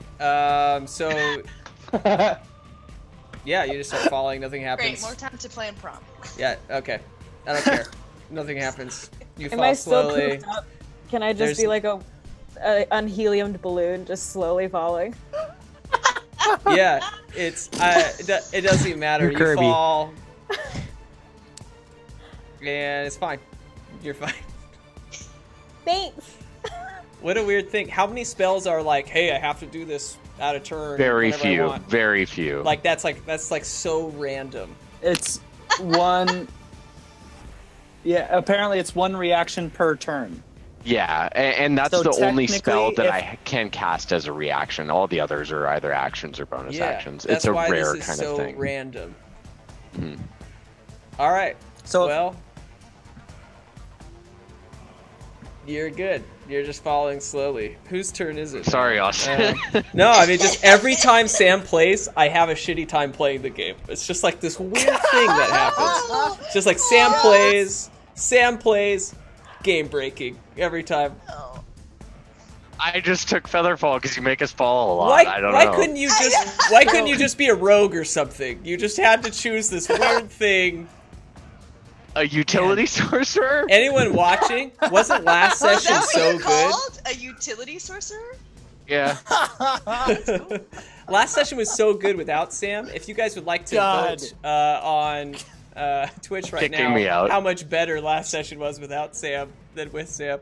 So you I guys wasn't have there this either, threat of these so- gargoyles that is this attack that makes you fall, and you're not concerned about it at any point, and they're not scary. It is now someone else's turn. Gargoyle 6, so then it's Eridus. What would you like to do? But Sam, and I missed a little bit of that. Sam, doesn't it use a first level spell slot? Yeah, it uses every a time you spell use slot. it? Yeah. and you get one reaction per turn. Yeah. Yep. No, one. So oh. if another gargoyle drops, like if I'm understanding that right, if another gargoyle makes the attack, he can't react again Mhm. until my his next turn. following rotation. Yeah. Yeah. So But that's kind of but yeah. All the gargoyles have gone, and Daryl Hey, will good, go again. good for us. We got it figured out, team. All right. Yay! I'm proud All right. of everyone. So we have one gargoyle up in the air, and we have another gargoyle where at? One of them is. Well, one's in the water, one's in the air, and then one is on my chest as we're feather falling to the. Yep. Oh yeah, because you used it twice, Sam. Cool. So so that one's still falling. How far off of the deck is it? You guys like 10 feet at this point. This is all happening very Okay. quickly. Cool. So as that one's coming down, Togu says his kick-ass shit to me, and I'm like fucking I'm in the zone because this is the species that killed my wife, and so I pull out my Extendo Spiro because it just so happens to have a 10-foot range.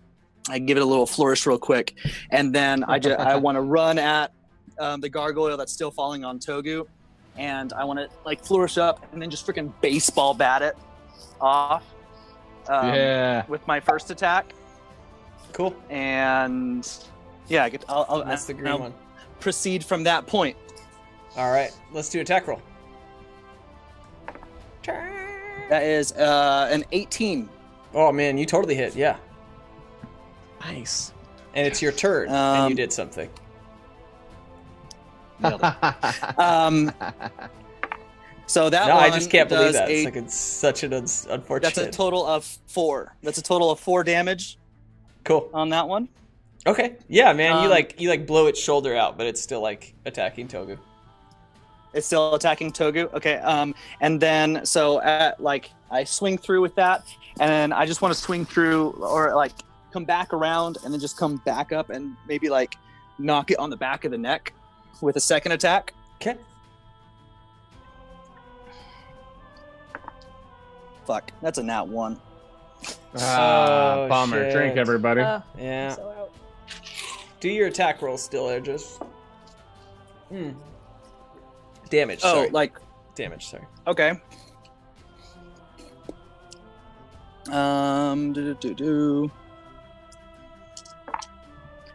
Fuck. That is a total of 11 damage. Okay. This gargoyle is going to take 11 damage, and so is Togu as you smash them both to the ground. And then I still have feather fall on me. Or we both still have feather fall. Yeah. So It unless doesn't- he hits me with his spear, I wouldn't take damage, right? Yeah, okay. So he just rolled a 1 on his attack roll. So he's attacking this thing, and it's hitting both of you guys, basically. You can, if you want to, if you I want to take argue that 11. point, Is that what you said? yeah, you guys still painfully. I'm just slowly fall. saying. If you're gonna, I mean, as a huge RP group, that's not what you said happened. So I'm just checking. He rolls a nat 1 and you gain 100 health. I have no idea why. Thank God, I need it. Okay. Yes, but you do pierce this thing, and you also pierce Togu. Cool. I pierce it. Well, you had it was your spear. Okay. What did you do? So Ear. well, yeah. I mean, yeah. I was just curious. It was then with when I come down with that, I throw my. I was like, flurry of blows, and then I do 2 unarmed strikes against it. What's this? They're both on the ground now because you said I knocked them to the ground. Yeah, you have 3. Can you do 3 action? Are you using a key point for 3 of blows? Is that how that works? Okay, cool. Well, so I get 2 attacks. Anytime I take an attack action, I get 2 at level 5, and then I get a bonus action and I can do an unarmed strike, or in this case, I can use flurry of blows as my bonus action, and now I get 2 unarmed strikes. Word. And so, with the first unarmed strike, I want to frickin' just punt the gargoyle in the face. Yeah, so your 2 attack rolls. So that first one is also a nat 1. Okay. Those aren't Dice Envy dice, right? Those are some other knockoff shitty brand, correct? Garage sale. No, dice. these are dice that I got on Craigslist as part of a Magic the Gathering set that I purchased. There you go. Always buy ladies and Dice gentlemen, Envy. Yeah, This is from Dice Envy's biggest competitor. Craigslist. Yeah.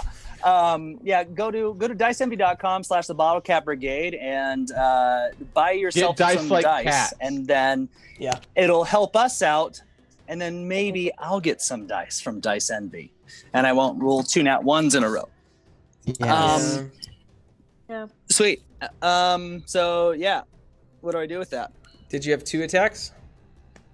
Yes, I do. The second one is a 19. Okay, let's do damage for both of them. And I'm assuming that I cannot use Bardic Inspiration on nat ones. Yeah, I don't know. That's a D. That's a double D. I don't think it wouldn't change anything in this scenario. Yeah, I don't think so. All right.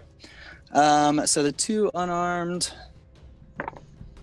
The first one is 4, and the second one is a 6. Okay, Togu, he goes to like punch this or kick this thing, whatever, but then ends up falling directly like on your stomach. You take 4 damage as he does, and then the next one. Okay, and then the next one you make contact with the thing you punch, and the gargoyle like rolls over to the side off of Togu.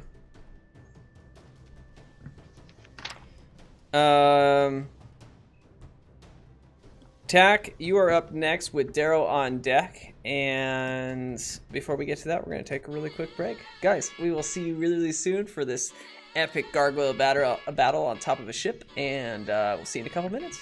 Thanks so much for watching. See you already.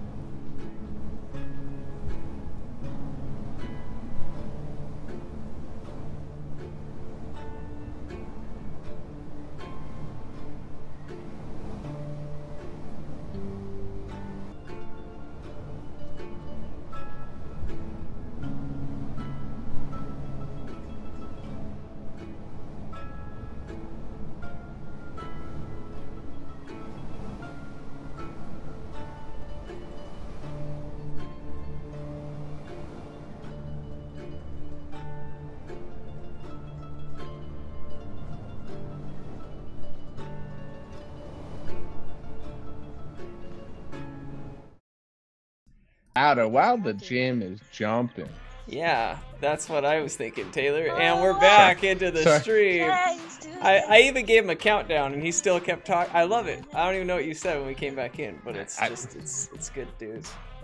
Joe, what would you like to say? Where did he go? Where is Joe? Well, Where did he go? It's a good question. Whoa. He might. Oh. there he is. Oh my God! He rolled another. I'm gonna roll some of these beautiful nat 20s. You should hit up dicenvy.com/the Bottlecap Brigade and check them out. They have the new stepdad dice? Stepdaddy dice. Stepdaddy. Dungeon daddy. And in a way, our dungeon daddy feels like the stepdaddy I wish I had. Yo, we makes need me to question have myself. on Saturdays. We need to do natter days where we show the 20s or the ones of our favorite dice. That is actually brilliant marketing. I'm into that. And I don't know if you were here 2 weeks ago, but I set some of my own hair on fire. What? Why? He did that. Because of a few burnt hairs. They make great candles. I was very concerned. It's not because I'm in a sad place. It's because I enjoy the refreshing smell of the Vitality candle that we got to enjoy from a few burnt hairs. Wow. So, cheers. Check us out on Patreon, YouTube, Twitch, Instagram, OnlyFans. I'll drink to that. Okay. Come on, somebody. Also, you look really nice against your background. You match it very well. Yeah, you do. It's meant to be. Get a grip. Oh gosh. Get it on Navy.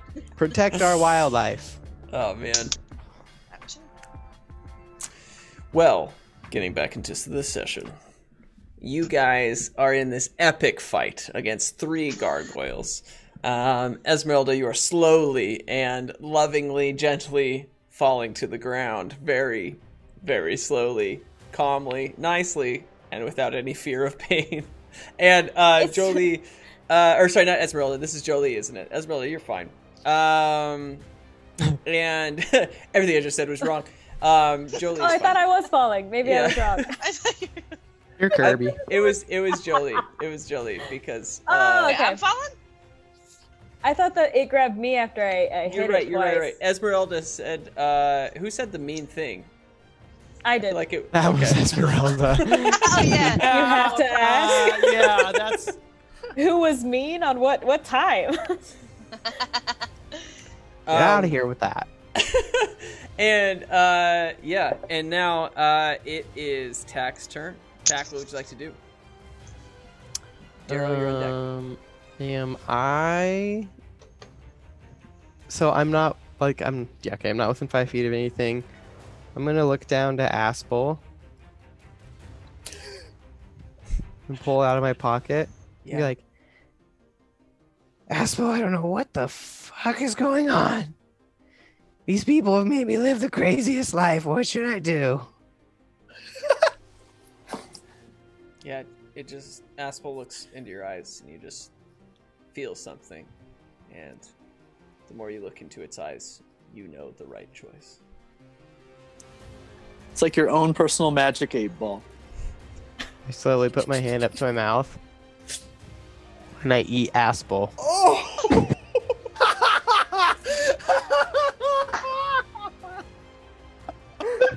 As it's getting closer to your mouth, you just hear like, yeah!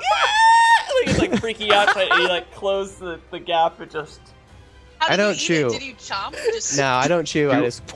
Do I see this? Does Darrow see this? You told me to do this. Sure, Daryl. I just go. Just fucking horrified. I'm horrified that he did it. Even though you made your familiar kill itself. Yeah. This is too much. Yeah, it's not okay. He had a strong connection with Aspel. Mm-hmm. Okay. All right. You eat Aspel. So I do that, and I'm like, ugh. It tastes like shit. And then I Can I charge one of the gargoyles? Yeah, man. Take a swipe at it? Yes. The green and the brown one are on the ship. Cool. I'm gonna go for the green guy. There's only room for one green guy here. Sounds good. Let's do an attack roll. The slogan as you attack wasn't necessary, but All right. I get a 15. you hit. Yeah. Sick. Still laughing. Sorry. I do 9 damage, but I'm 5th level, so I get 2 attacks. Let's do So I'm gonna attack attack number 2. again. Yeah. Everyone's all excited, like, but I'm 5th level. Everything's different. And I got a 16 this time. Like a full spell on it. You hit.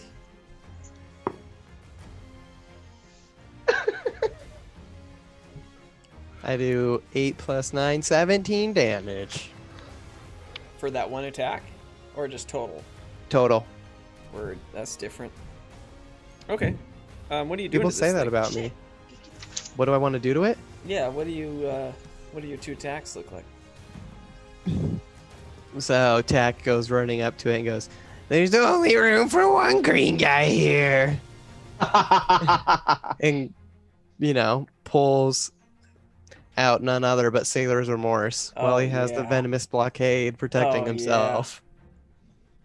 And he takes, he goes and he kind of opens and goes for a backhanded slice. And then when he comes back through, he stabs the gargoyle.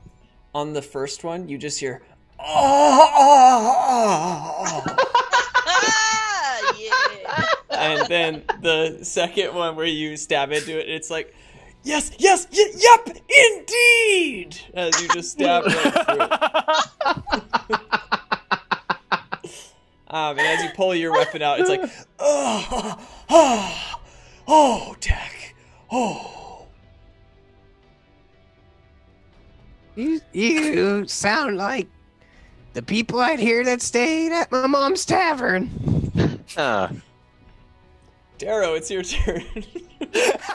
Jesus Christ. But they weren't talking about me. Holy shit. Jesus. That up a notch. Really quick, Austin, what's your favorite color? Counted. What's your favorite color? Yeah. Green. Okay. Okay, so give me a quick scene of the gargoyles that, where are they at right now in relation to me? Yes, you're on the ship's deck. You still can't see one of them. There's one that's on its knees that Tack just fucked up, and there's another one that's standing.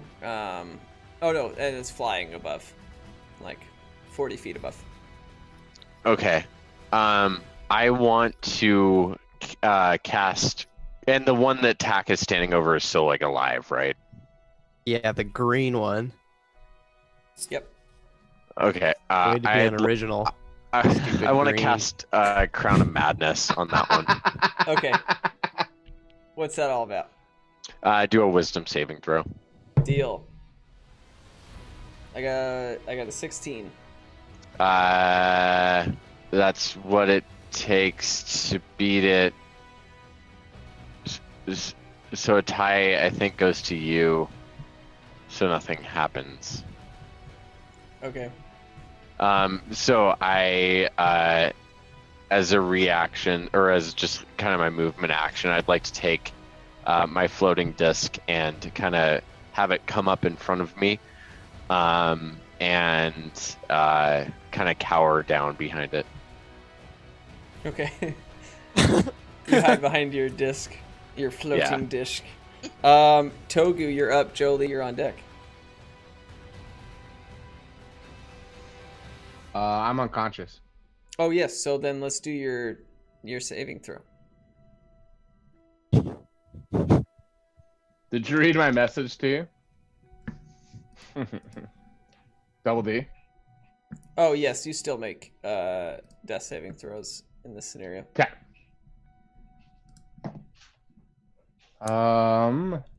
That is an 11. Yay! You got one So there's succeed. one. Yeah. You have one success. Jesus. All Okay, right. cool. God. Okay, Jolie, you're up. Okay, do I see Togu fall on Yes. the dick You unconscious? see him. All right, You I'm see him gonna- hit the dick, and He hit the dick? he hit the dick, and he stopped moving. Oh, fuck. Alright, coming, Togu! And I was gonna run and, like, you know when you're, like, wearing socks and you, like, slide on a wood floor and you get a slide a little bit? I'm gonna, like, run like that, but in my flippy floppies. And I'm gonna slide over to Togu and just put, like, one hand on his chest and be like, here you go, buddy! Go, go! And then I'll cast Cure Wounds on him. Level 2. 3, 7, 8, 9, 10, 11 points back. So now you're conscious. Okay. I'm conscious Yeah, you're stable. It stabilizes you. or stable. Or Yeah, stable? but you Okay. also gain 11. Okay. Alright, buddy, rest easy. And I'll like rip a little bit of my skirt and mend it so it looks like a little pillow, and I kind of tuck it underneath your head. Now I want to play with these magic missiles again. And I'm gonna like pivot, turn, and like try and find the gargoyle, and that's my turn. Okay. You're like, it's up there somewhere. After Finger how guns. well you saw the ship, you're like incredible at seeing things. That's true. Your last session, we were like, I can see like 800 feet above me, and just. Crystal clear. Okay, That's- it's Tan Hidden Gargoyle's turn. Darrow, unbeknownst to you, but beknownst to anyone watching this scene, which would be no one except my brain, is a gargoyle that is slowly crawling up the side, where you're quite defenseless from your the shield butt. thing. We're gonna do a Coming for the butthole. We're gonna do a stealth roll here on this bad boy. Well, we see it. You want to know what my passive perception is? it doesn't matter. So it had spent the entire last 10 minutes of that round crawling up the side of this very quietly to hopefully make a sneak attack. And as soon as it does, it puts its first leg over the edge of the boat, and it steps on a maggot that goes, ah! Like cries as it's being squished to death. And you immediately turn, Darrow, and see it, and it's no longer hidden from you. It's now going to make an attack roll. It was either that or stepping on a twig or a branch or something. This is more fun. Okay. Well, it just natted This a boat's 1. covered in maggots. I was gonna use shield, but I don't have to. You don't have to. It just went from a 3 to a 1. Man, these gargoyles have been having such good rolls till now. They're aquatic. Usually. Yes, so the tan gargoyle goes to attack you, Darrow, and it swings at you with its claw, and not only misses, but like pierces into its arm. It's like, and, like I'd like to take a coin out of my coin purse, like a piece of gold, and you know that thing that everyone did when you were in high school, where you flick the coin at shit. I want to just flick it at its face and just kind of laugh. Okay, you do that. Yeah. It's embarrassed as well as in pain. It's a combo of things. It's like They're really most of sensitive gargoyles. it's like most of high school for all of us. Do gargoyles speak they're still in high infernal? school. Is that what they speak?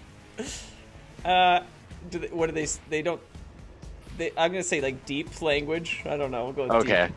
Oh, I speak. Oh my god. Yes. Yes. Can I yell Can at they it? please go to your high school? Can I yell at it? I was like, can I be like, look at this loser?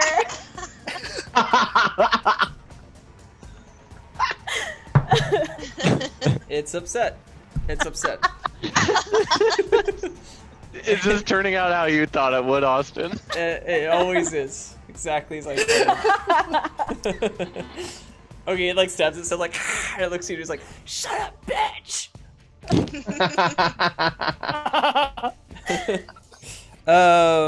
Esmeralda, it's now your turn. Happiest gargoyles. And yeah, no one's on deck. It's gargoyle time after that. Okay. Am I still falling? Very slowly and gently. I feel like we're gonna go Every back time and watch I hear this. the phrase "falling slowly," I just think of that song from like 2008. Can you sing it for me? No, but when I think of the lyrics, I will. Okay. I paused the music About and put it back falling on. slowly. After I look up the lyrics, I will. Falling slowly. By Falling Glenn slowly. something. By who? It's by a G. Glenn Glenn is it- Hansard. It's Glenn Close. Oh, the guy from Once?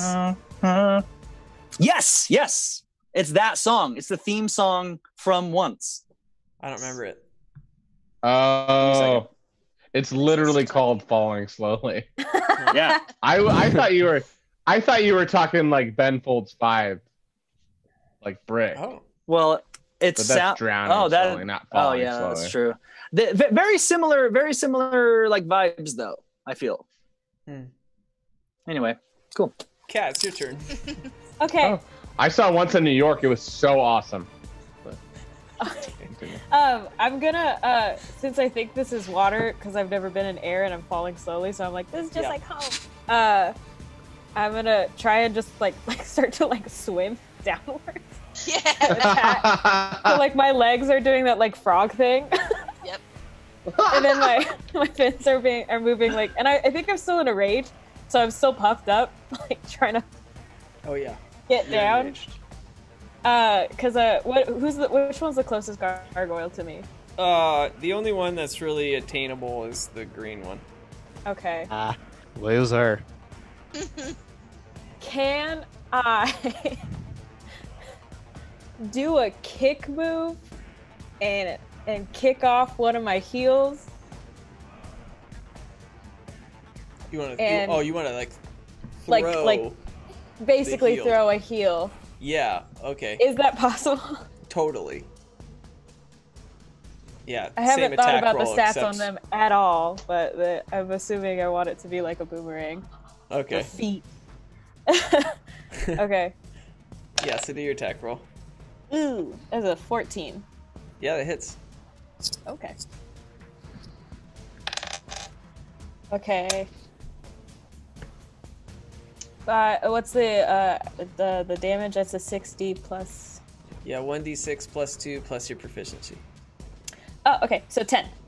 Cool. So this is what happens: is that you see her start to go down, like try to like move downwards, and it's like really slow, like it's you guys actually all stop and just like watch her as she like slowly is like making her way down, not moving really any faster with her feather fall, and then eventually gets close enough. Everyone's just kind of like waiting. Slowly as like, she's like, Come here. and eventually she gets You're close doing enough that great, she look feels at confident. And then the intense music comes back going, "Duh, duh, duh," and you're like, yeah, and you bring in like this, oh my god, I was kicked over the whole green screen. And you, geez, that was a close one. And you kick your heel at it, and it goes flying, it goes like into its neck, like, and like blood like flies out of this thing, like this weird blue liquid, like. And how much damage did you do? 10. 10. Nice. Yeah, you just see blood like spraying everywhere, and it's just like freaking out this way, like doesn't know what to Don't do. worry, it'll wash off the shoe. Yeah, your heel is ruined. I mean, it is covered in blue blood from this gargoyle. No. They're red. I know. I said that they were red, so they're gonna be like purple now. I'll just make them purple. You just hear from the other side of the room, your sister purple like, bottoms. Ezzy, oh my god, that's your favorite shoe. What did I name her? Xena. Sorry, I forgot. It's all right, Xena. You don't think that I didn't buy like 3 of them in advance? What am I, an amateur? You're right. You're just like so smart, you know. It's just something you gotta learn. Oh my god! And as she's saying that, it's Gargoyle's turn. Oh, it's the green one. So the green one now has been hurt emotionally and fucked up by Esmeralda exceptionally. Looks up at you and then immediately turns to attack, saying, "It's green motherfucker," and decides to attack you. Attack. It's gonna use its claw attack. Double claw is what I wrote. Oh God. Okay, I got a 16. Sounds like a nine. sand shrew move. You missed. Sand shrew. 16 and 9. You miss. Both of them miss. Yeah. You're not gonna try and make him fall.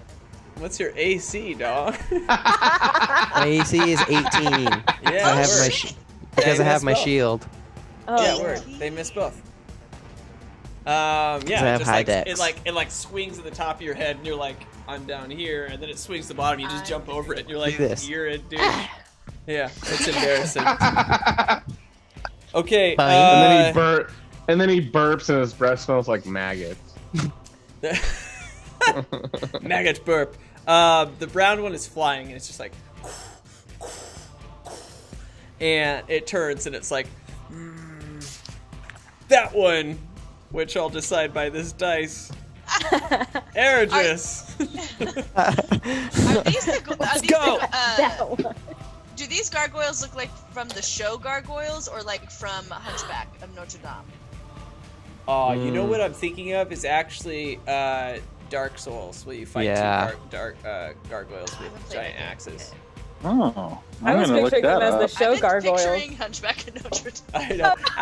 Well, it's because we talk about X-Men all night, the cartoon. I get that. Wait. Same time frame. Oh wow. Oh, scary. Yeah, very scary. Did you guys ever play the Hard boss fight too. the game Dragon Warrior on like GameCube? Yeah. Whoa, these are huge. So that's the type of gargoyle that I remember, or that I was picturing, and they just look like little cartoon guys. Yeah. They look really nice. I was not picturing these. Or was it Dragon Master? Was that what it was called? Oh, that's Maybe great. Dragon That's even Master. better. I was straight up picturing Gargoyles, the TV show one, so that I didn't no other gargoyles even entered my brain. This. Cat's like, I'm gonna have bad dreams now. This My ruins whole my night evening. is different. If you don't think I haven't been listening to ghost stories already. I thought this was a Disney stream. Disney Street. Yeah, it was Dragon Warrior. All right, Eragis, it starts to fly at you and does its double claw attack, because it keenly has learned that the swoop attack does not work well, and the first attack's a 22, the next one was a 7, so I'm assuming the Well, first the one 22 hits. Okay, wonderful, lovely. Okay. It is 13 damage as it pierces your left arm. Oh my god. Copy that. And it now is like landed near you. Eragis, it's your turn. And Tack, you're on deck. Sweet. So I'm going to, this one that just hit me. I want to, with a little flourish of my quarterstaff, I want to come up right between its legs and smack it in the balls. Oh yeah, Nice. please. I welcome it. Let's do an attack roll. Also, Jolie, we forgot to do this, but can you do a con saving roll? That was on your turn. Oh fuck, that's right. Okay. That's a 27. You're gonna hit. Yes. Oh Jesus. Sorry, 25. I'm an idiot, but yeah. And so, Also yes. Got it, I am going to. So as my quarterstaff is like lodged right on its crotch, I'm gonna be like, stunning strike, and You bastard. I'm gonna expend a key point to stun it, unless it's a con saving. And so as you make your con saving, I'm gonna roll for damage. Okay. It got a 13. Oh, damn it! It needed to beat a 12. Oh shit. So I don't know if it doesn't say what happens on a fail. I don't think any. I'll find out just in case. I'm gonna attack the shit out of it though here in a second. You are, girl. So damage on my first one is a total of 9. One of which is acid on its balls. Oh, Old Faithful. the bloody wanker. Old Faithful. Is that what happens? And then Classic. I'm going to I'm gonna dislodge the staff from the groin area, and then come around and just like swap it just right across the face with another attack. You bust its balls and then you hit it in the face with the same staff. With the same side, even. And that's an unnatural 20. Yeah, you hit. I keep forgetting what dice look like. There we go. And that one is an 11, one of which is acid on its face from its balls. What is the total damage here?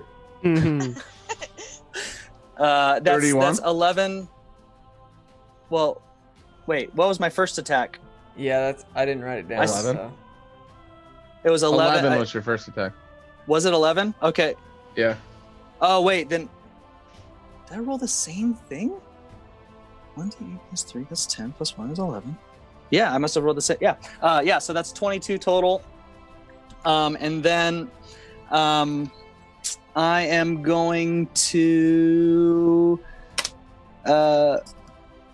I've already used 2 key points. Fuck it, let's go for it. And then I'm gonna say before you do this, you smack it across the head and it falls to the ground prone, which gives you advantage on your attack roll. Oh, fuck yeah. Okay, so in that case, I am going to just make a regular unarmed strike as my bonus action. Okay. And my unarmed strike. Well, I'll just make the attack because if I kill it, then it'll get fun. That is a 19. It hits. Oh wait, well I had an advantage. Yeah, 19. Well, you and yeah. Unless he nats, because then he gets double. I was gonna see if I natted. And on that is a total of 7 damage. Okay. It's still alive, but you do like Total of 29? Okay. Yep, it looks in bad shape, right, well, but it's like prone and you smack it like it's like trying to get back up again and you like crush it back to the ground. And you can see like that it's cracking, cool. It's like stone body is starting to crack and it's like this blue blood is like oozing out of it. All right, damn. Can Steve come out and get it? Steve just gives it some drugs. That would be fair and unfair at the same time. Tack, it's your turn. But damn, you were close to killing this thing. That's really incredible. Tack and Darrow, you're on deck. Tack kind of starts to get like a weird stomach ache. Yep, he's super like, weird. oh. All right, focus. Okay, here we go. Yep, your body's digesting a maggot that ate a maggot. Yeah, and the tan guy is still flying, correct? No, he went down. no flyers. Brown So much was was flying, happening. and now it's not. And then Tan came up from the side and tried to do something to Darrow and failed miserably and hurt himself. Yeah. Got embarrassed. Well, I guess I kind of have to kill the green one because of attack of opportunity. Oh, you know what? Actually, I'm going to use Nimble Escape as a bonus action to disengage from the green one. Okay. And then I will move to the tan one and then attack it Okay. twice. Why not? 25 and 15. They both hit. Cool.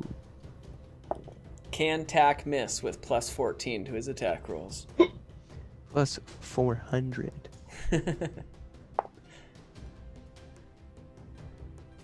I do 27 damage with the 2 attacks. Yeah, how would you like to do this?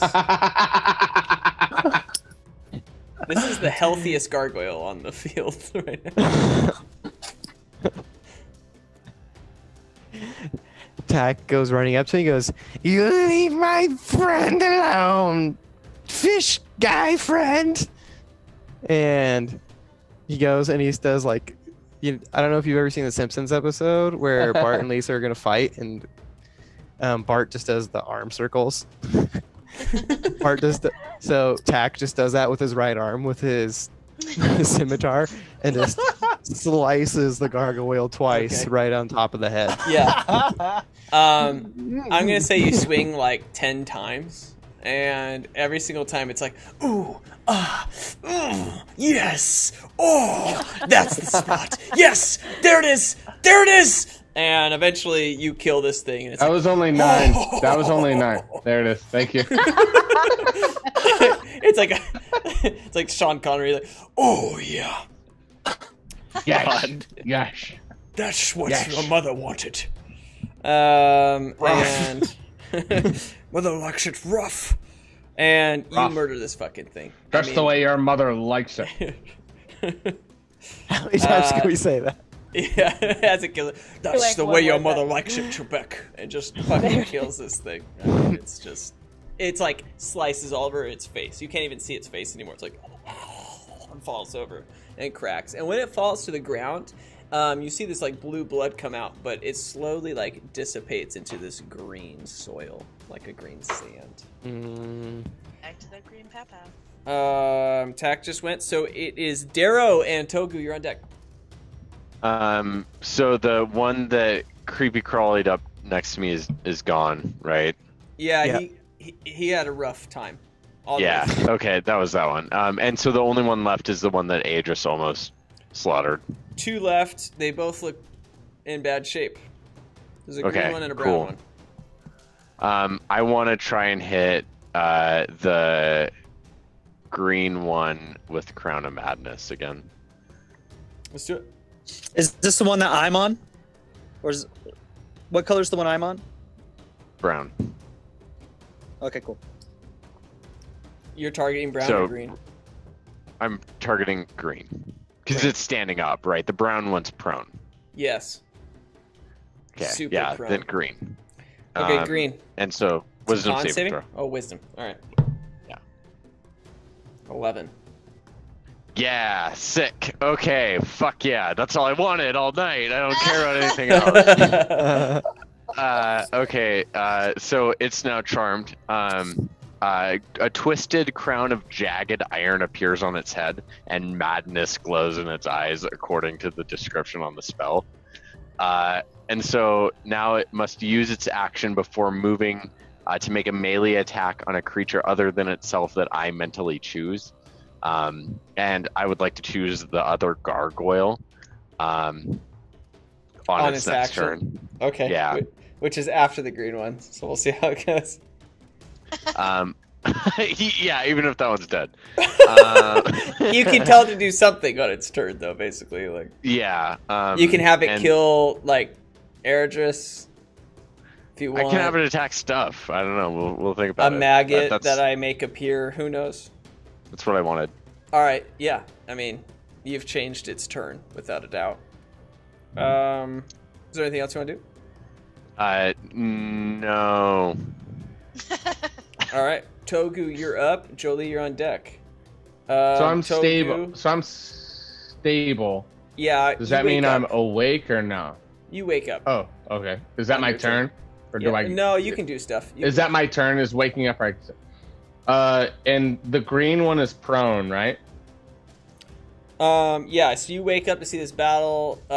Some people, most everyone seems okay except you, and you like stand up slowly, and you see that there's this brown gargoyle that has like this weird crown over his head, and you also see this green gargoyle that's just like, oh, I've mixed them up, haven't I?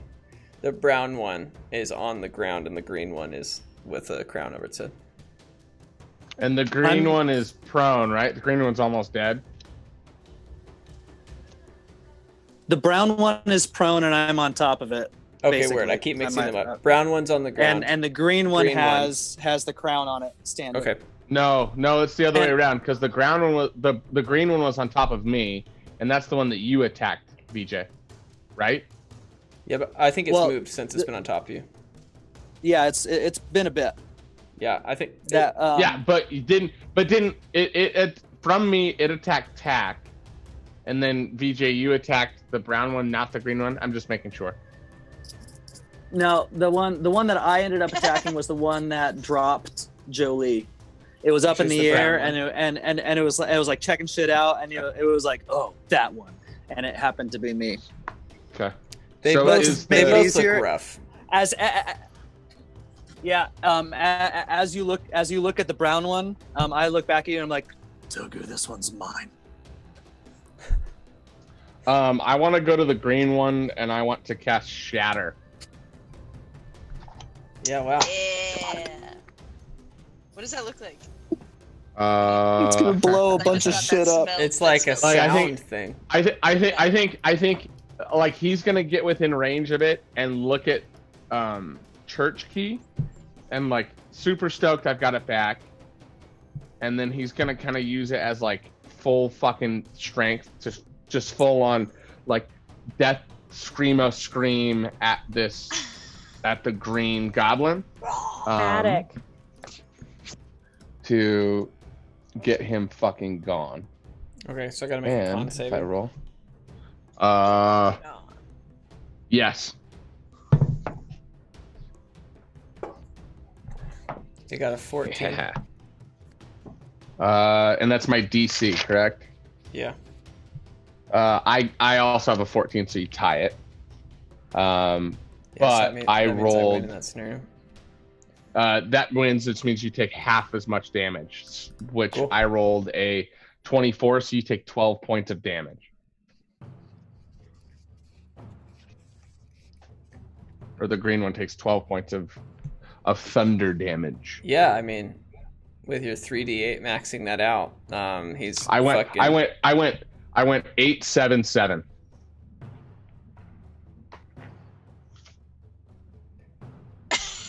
That equals 22. Oh, 22. Yeah. 22. So 11. Sorry. Thanks, I was guys. like, that's the highest. Everybody was like, 8, 7, 7. That's 22. I only know Shatter because you've used it a lot, and I was like 3d8. So the max roll is 24. I'm like, this guy fucking rolled 3 8s. Yeah, it's 22. So it's 11 points of damage. I'm sorry. I mean, my math is really bad. This is what happens. You walk up to this thing. No, it's all good. You do this. You do the shatter thing. However it is, you do that, and like you just watch its body like rumble a little bit, and it's almost like some sort of like internal combustion that's taking place. It's like, and it like explodes literally from like this sound waves that you created. Blue liquid goes on to everyone. And pieces of like stone of its body goes flying everywhere as this gargoyle explodes, completely destroyed, decimated to nothing. It's also disgusting. You guys are all covered in blue liquids now, which is its blood. I'm into it. Ew. Damn. I instantly use prestidigitation to clean myself. Does that just make you think it's clean? Yeah. Yeah. No, I can instantaneously clean or soil an object. It says clean. You can literally soil.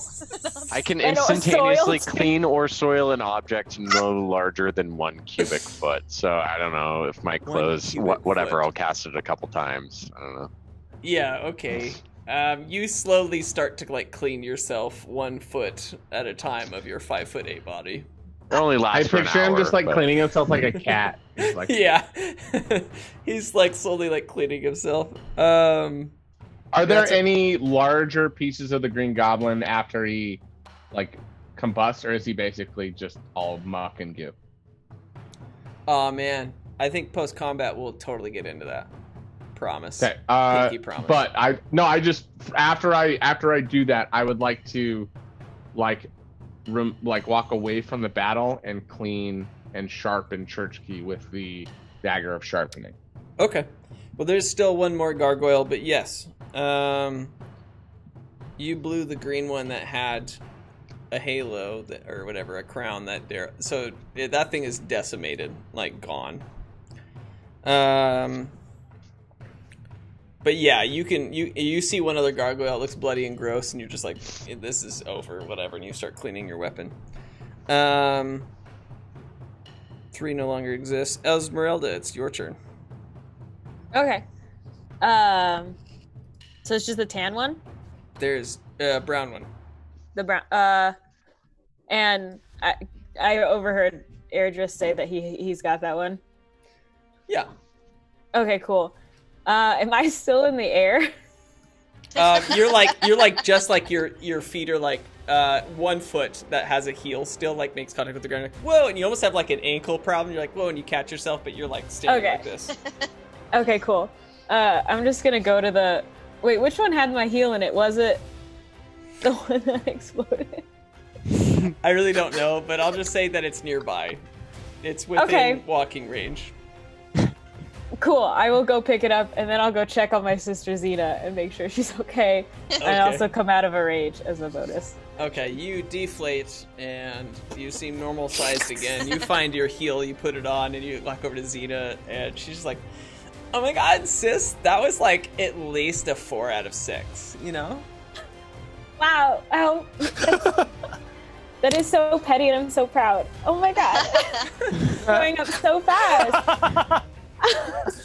Just, you know, when I look at you, I think like you're 80% towards 60% of like what I think that maybe I could like one day, you know? Like, I want to be like you, kind of, maybe in like a different alternate universe.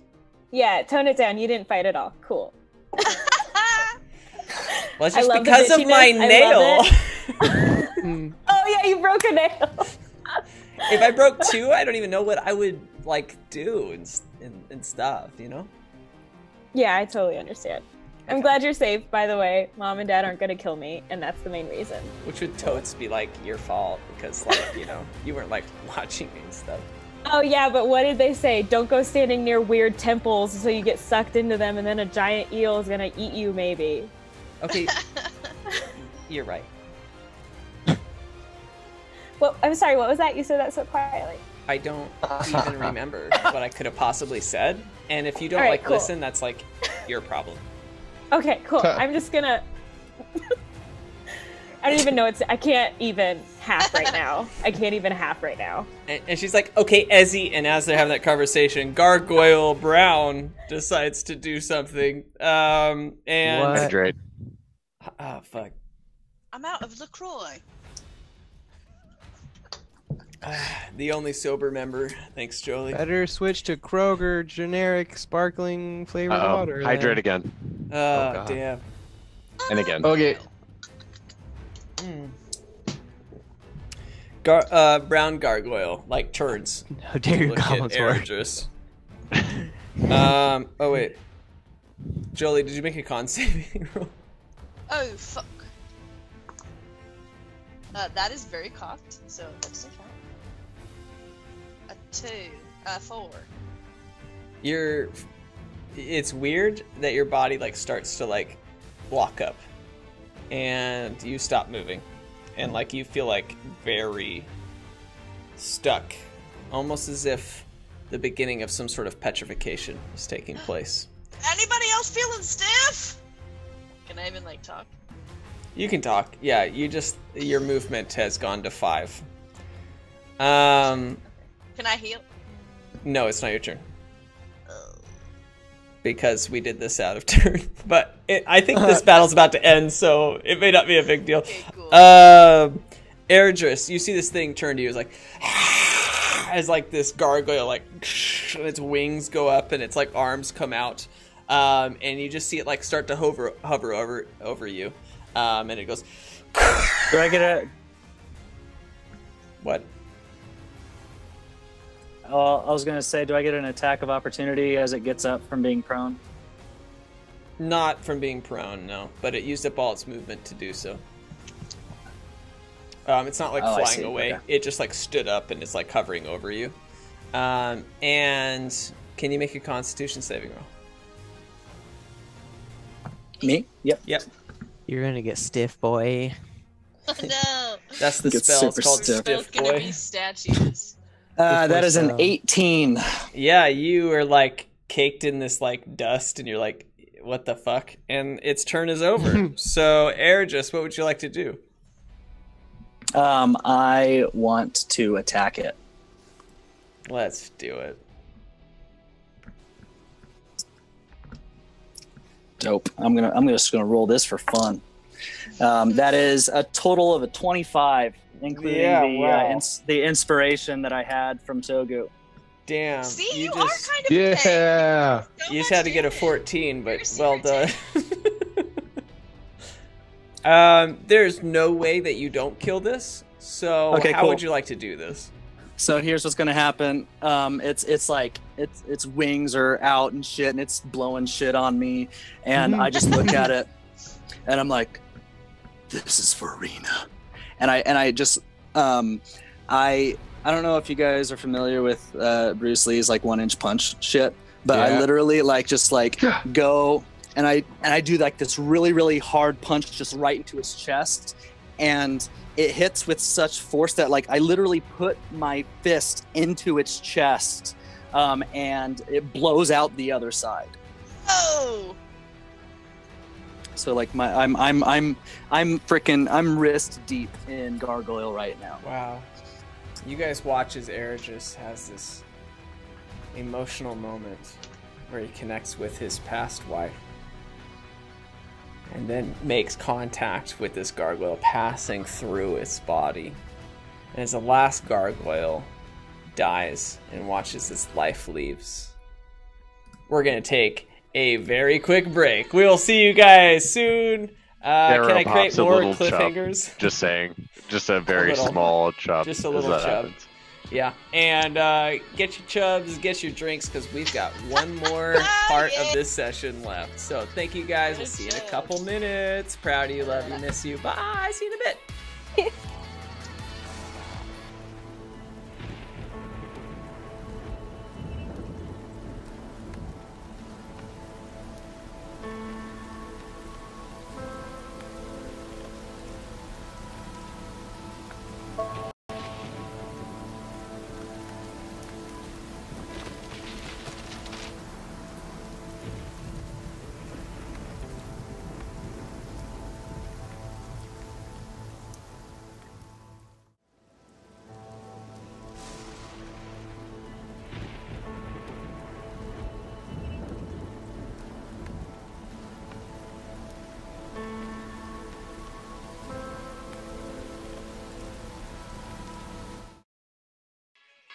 All right, and we are back. Thank you guys so much for watching the Bottlecap Brigade. We like making this content as much as you hopefully enjoy watching it. This is the last segment of episode 36. Is that where we're at? 36. And Kat, you got something you want to say? Take it away, my friend. Yes, hello, I am Kat. You may have heard of me from things. I want to say something really important right now. I like dice. Okay, it's actually kind of an obsession for me, and I am always running into the problem of having too many similar dice at like stores and stuff. So I go on diceenvy.com, and I actually got these ones there, and they came in the mail, and they're my favorite. They're like opal kind of ones, and I don't remember what they were called, but I did get them at Dice Envy, and I have been rolling pretty well this round. So it's true, actually. I don't want to say if you get dice from Dice Envy, you will roll super well, but maybe try it. Yeah. You might, I don't know. So if you check out Dice Envy, is it diceenvy.com/the Bottlecap Brigade, you can check it out, help us out, and then you can also roll well, and all your friends will be super impressed, and you will be crowned prom king or queen. Yes. And that's my guarantee.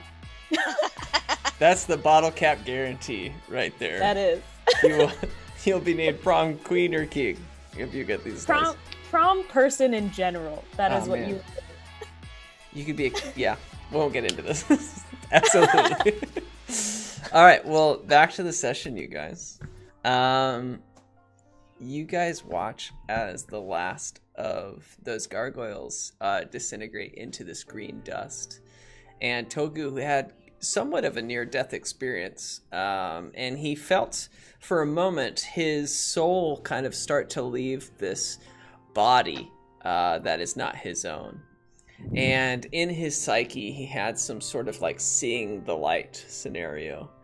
And through some sort of like trials and difficulty, came back to choosing life, knowing that he wanted to resolve certain things in his life, certain things about his family, about the future, about his friends, and really discovering more about himself and more of who he is. And he comes back to his body to open his eyes and finish off one of the last gargoyles. And you guys all look around, feeling relieved, different, changed, closer even. And it's with that Air just lets out his last final rotten egg fart.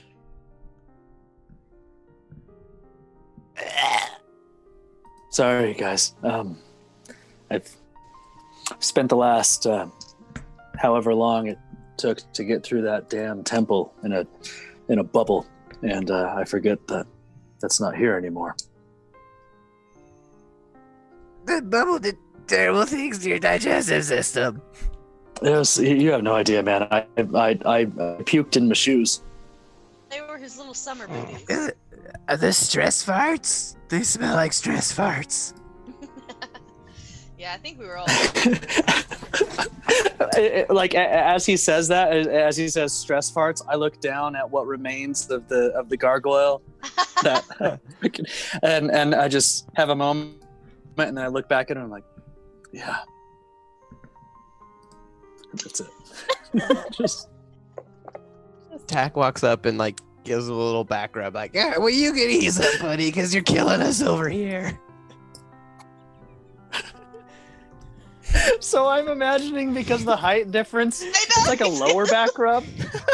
It's middle. It's just It's like almost reaching doing up to his your best. mid back. It's just his love handles. And I'm playing like super emotional music, just so you guys know. It's like... as he's doing that, I'm getting just more and more relaxed. Just like I've needed a back rub for so long, and as I get more and more relaxed, you just hear this harmonious scale of a fart. It just goes.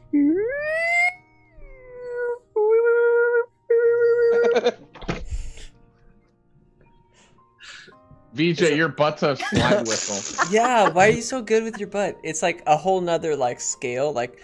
Who's playing music? Because like 20 sessions ago, you said that I could do that. Yep. And anyone would like to fact check me on that, you can go to episode like 24, where he gained that ability.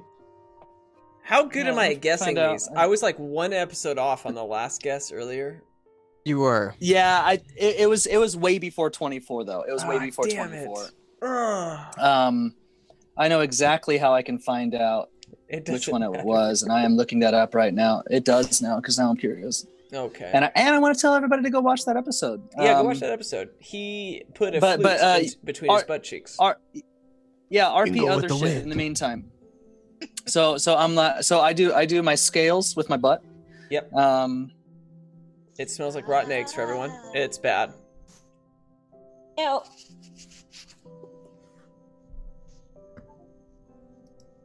Episode 15. Not even close. Not even close this time. Wow. All right. So long ago. And so I let out that just like beautiful fart arrangement, and I'm like, oh, that feels great, Tack. Thank you. After I just farted right in your face. Tastes like ketchup. Onions. I'm gonna stay over here. And then I turn and walk away. Were you Slightly real close disappointed. to it? Were you guys were you 54ing or what? His his butt was probably neck height on me. Ah, Just man, like- you guys were 72ing. Sorry, I always mix that up. Yeah. Okay. I mean, you smell his farts. They're rough. It's bad. I'm sorry His about mouth that. was open and everything. Open Felt mouth super fart. good. I'm gonna be honest, Tack. I felt, no offense, but of everyone here, I did feel like you might be the least affected by that. Hmm. But I say that with love. So much love. I mean, as long as we don't make this a regular thing, I'm cool with it. Has anyone?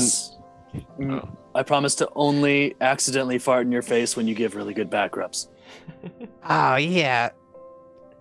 Might cut down on the number of back rubs now.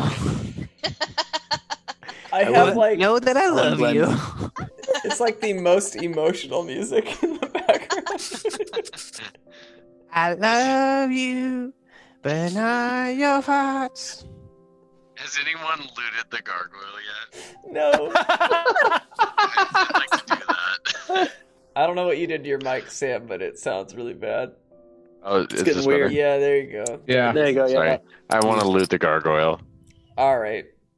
To create this into a game of chance for everyone, which one would you like to loot? Between tan or green. Green, tan, brown. They all turn to dust. So. No, green's gone. I Green's wa- completely gone. I want brown because it's poop. All right. Poop. I want brown. 'cause it's You find the heart of a gargoyle. Sick. I want green because it's also poop. Do I have any I'm just kidding. inkling, because of my magical training, what that might do for me? Or Oh man, it just seems like a nice material, like an ingredient, okay, like a map. Gargoyle heart. Big surprise, it's blue. don't. I'd also like to go off in the corner and resummon Ong. All right. Oh wait, Darrow. Before, as I see him walking away, Darrow. That reminds me. I got this. And I pull out the suitcase full of drugs. Full of drugs? Oh, you should let me take that off your hands. That was Wait, given to us by Steve's cousin, Oh, Big Big Steve. Steve. you got Everyone's a bunch frozen. of drugs from a snake? Everybody in town. You're frozen. I try Wait. and whisper to Airdress, There you go. save it for prom. Yeah. Austin, you are Austin. cutting in and out. He is having a hard time. Yeah, Oh no. everybody is Funny pose. Yeah. super frozen right now. I don't know what's happening. Oh, Yeah, you're coming back hopefully in. you come sound back. Are we Right. all frozen? Are we fixed? There we go. Okay, cool. I'm back. Yeah. Okay. So yeah, I pull out this whole thing and I show Darrow. I'm like, Darrow. I mean, you've been with us for a little bit, and I feel like you might be the most well versed in what's in here. And I open up the suitcase full of drugs, and I'm like, so we have some butt diddlers, some tongue rapids, and some undergrounder rounders. Oh. Those are I don't all know how water to do 'em, drugs. but Interesting. May I see the entire bag, Idris? Can I just? May I see that? Can I just? yeah, of course. As a realtor, I'm just gonna be like, So I hard show him, disagree. and I'm like, what? I'll go ahead and take that, Esmeralda. Wait, what? Don't you worry. Just share. is We're all gonna I'm have a saying. good time. Don't worry. I Okay. just want to see what we got going on up in here. All right. Cool. Wow. I It's just okay. wanted to know what your vibe was. We just met, but we're chill. I got this. And then I'd like to take out one of the Pipply Fizzlers or whatever. Oh man, hold on. Slurs? Okay, Sam, you get to choose from. No, But which one? I don't know what he said. What'd you say? Which one? You can do butt diddlers, tongue rapids, undergrounder rounders. There's also some sort of mysterious white powder in there. I want to take the mysterious white powder. Okay. Yep. That's it. You pull up this All little crazy baggie, words, and then it's- and looking in it, and it says on the thing, it says abort the snort. I take okay, so I take my disc. I bring it into kind of my sphere, and I polish it really well using prestidigitation. So it's almost like a mirror, right? And then I dump all of it on there, and I kind of push it down to the ground so all these short assholes around me can kind of get up close to it. And then I would like to use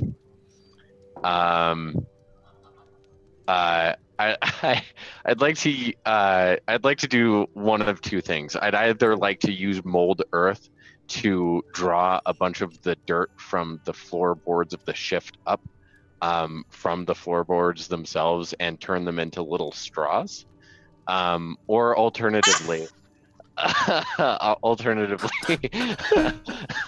I would like to see if I could do kind of the same thing, but with shape water. Okay, man. You can I turn want the to connect floorboards my into vacuum to straws. my nose. Yeah. You don't have to say two options and see which one I let you do. I mean, you have a straw made out of floorboards. Okay, sick. And I'd like to kind of put them out on the now mirror Tensor's floating disk and just kind of look at everyone in the party and say, "Do you guys want to see what happens?" Or I've been craving a party, that's for sure. I mean, it's almost prom, right? Oh God. Wait, it's prom tonight. I do my best to clap my fins together because I just want to be like, he knows where it's at, and He gets then it. I turn to Xena and I say, Xena, go find a bathroom, and I just want her out of here to not witness anything. And then the one last thing I want to do here is yeah. I'd like to take some of the plants that I need to use to summon Klaxon Klaxoff and just kind of have them at the ready in case my trip goes south. And then I just want to fucking take my straw and just rail a thick, fat fucking line of that and have them prepped for everyone else as well. Wow, make a Constitution saving roll. In your ear, Nice. in your ear, you hear Klaxon Klaxoff. I'm always with you, Darrow. 60% off all jams. I didn't know you were into this stuff. I would have had you take a look at my back room, but next time, okay. Hello. I got a 15. Yeah, you just did coke. Sick. I'm in for it. You guys, this shit is fucking what is up. You guys. I'm already there. What does it do? What does it do? getting it. Is it like that stuff that made me really hyper last time? Or is But it even more- better. But even better. Just I'm already up there, right? rail right it. there. Well, we should all Really? do It's it been at a the same hard time. day. We should all do it at the same I time. am so glad that this is like our highest like viewpoint of the night. It's like right here. Is it? Yeah, it's tied. It's tied for a highest spent, viewpoint of like- the night. 3 hours fighting a bunch of gargoyles, and now we're just all getting high off hard drugs. Yeah. Like, He They're just slippy nippers. Whatever What's you it said. at right now? they're abort the snorts, and he just took a whole line. I doled out. Togu? Wait, I first doled things out first. enough for everyone. Okay. First things first. Is everybody healed? Anybody need a little bit of love I'm fine. before we go into this night? Great. Well, it Not depends. any don't fucking worry, more. I can sleep this stuff. Togu, here's the deal. Togu looks kind of rough. In fact, Okay. Togu looks so rough that you're interested in him, Julie. Like, in the sense you're like, what's going on with him? And as you get closer to him, you notice that his eyes are starting to, like, roll back into his head. Oh wait, am I still petrified? No, because the battle ended and we moved on, and I stopped And then I caring just about went making away. you petrified. That's basically the answer to that. If you want an Just for official like answer. a second, and then Yeah. Okay, if you gugu want to know what just happened, the DM's been drinking and he's moving on and just doing more things to get through the session. So Togu looks kind of strange to you. You get close to him and you look into his eyes and you see his eyes like slowly starting to roll back. And suddenly his arm moves and he's like grabbing his heart. And he seems to be having like some sort of heart attack. And he's like shaking left and right. Help! Big guy's falling! Airdress, are you close? Or Tacker, anybody? And I'm gonna try. Yeah, we're all right here. What's going on? I was like, damn. We're all looking up from the desk. They're just like, yeah. Airdress, Like, that's eating. Wait a second. We're all together yet. that's the same as like the news team assemble bit from Anchorman, right? When he like blows the horn and he's like, "News team assemble," and they're like, "What's up, dude?" Like, we've been here literally the whole time. We've been right behind you. Yep. Anyway, Togu. What is it? You guys are right behind me. Help! Togu's Togu, starting to we're fall gonna lay backwards. down. I'm not very strong. I'm like trying to push him up behind his back, but I want to run around and help her ease him down. Okay. Darrow. I mean, You recall very specifically Ivan saying to you guys that he only had a few days in this new body. And on your second day within that body, it's occurring to you, through your wise sorcery abilities and featherfall reactions, that something is wrong with Togu. I turn to everyone and say like, "Oh shit! Do you guys remember that that Ivan fella, the sorcerer? That he was a real dick to me, and I'm not exactly sure why, because I offered to give him money and he kicked us out. But he said that Togu was going to essentially be exorcised from his body relatively soon. I'm super fucking high right now, but I think if we put some cocaine up his nose, it'll fix it. But I don't know." Are you sure about that? No, I'm not sure, but we should try it anyway. Is there anything that you can put into he's holding his heart, something's wrong with it. Is there anything you can put into a syringe and just shove in there and like... Oh wait, I got this. Does anyone have a felt pen? I got this. Wait, I got this. I immediately cast Cure Wounds at 3rd level. Wait, hold on to that. Wait, Darrow's doing something with his fingers. Hold on to that. Wait. And then I want to. He's shaking. Hurry! Then I want to take a knife and just plunge Hey, it Sam? into. Sam, I just want to point this out. Yeah. You look like a skinny Kimbo Slice right now. Sick. What? Joe, you got Joe with that, Taylor. Oh my god, I've never seen that. You like messed him up. I haven't heard that name in so long. Am I right though? I had to Google I don't know it, who but I'm happy Kimbo that I Slice did. is. Yeah. He's Oh, an he's a MMA man fighter. who can but throw a I can't punch and a remember. man No, who can he's take a not. punch. He is not. He fought in MMA. He is not an MMA Oh. fighter. Kimbo Okay. Slice did like He's a the. street fighter. Yeah. Famous All for right. beating people up on YouTube. Okay. In their yeah, backyard. maybe a little. All right. Yeah. Okay. I So- can see it. But so anyway, I want to take a knife and plunge it into Togu's chest and shove the gargoyle heart in there. Do you want to roll or? Whoa! Wait, Whoa, you're putting Darryl. the gargoyle heart? I want to go Put for in it. there, As, Carve up a As little. You guys can stop me. I'm not like there Like, immediately. I already tried. I'm just like, whoa, let's go, wait. What's? Do you know what you're doing, Darrow? Do you know what you're doing? As I have he no pulls out the idea. knife. I'm like, I just think well, this is a we great should call. probably wait.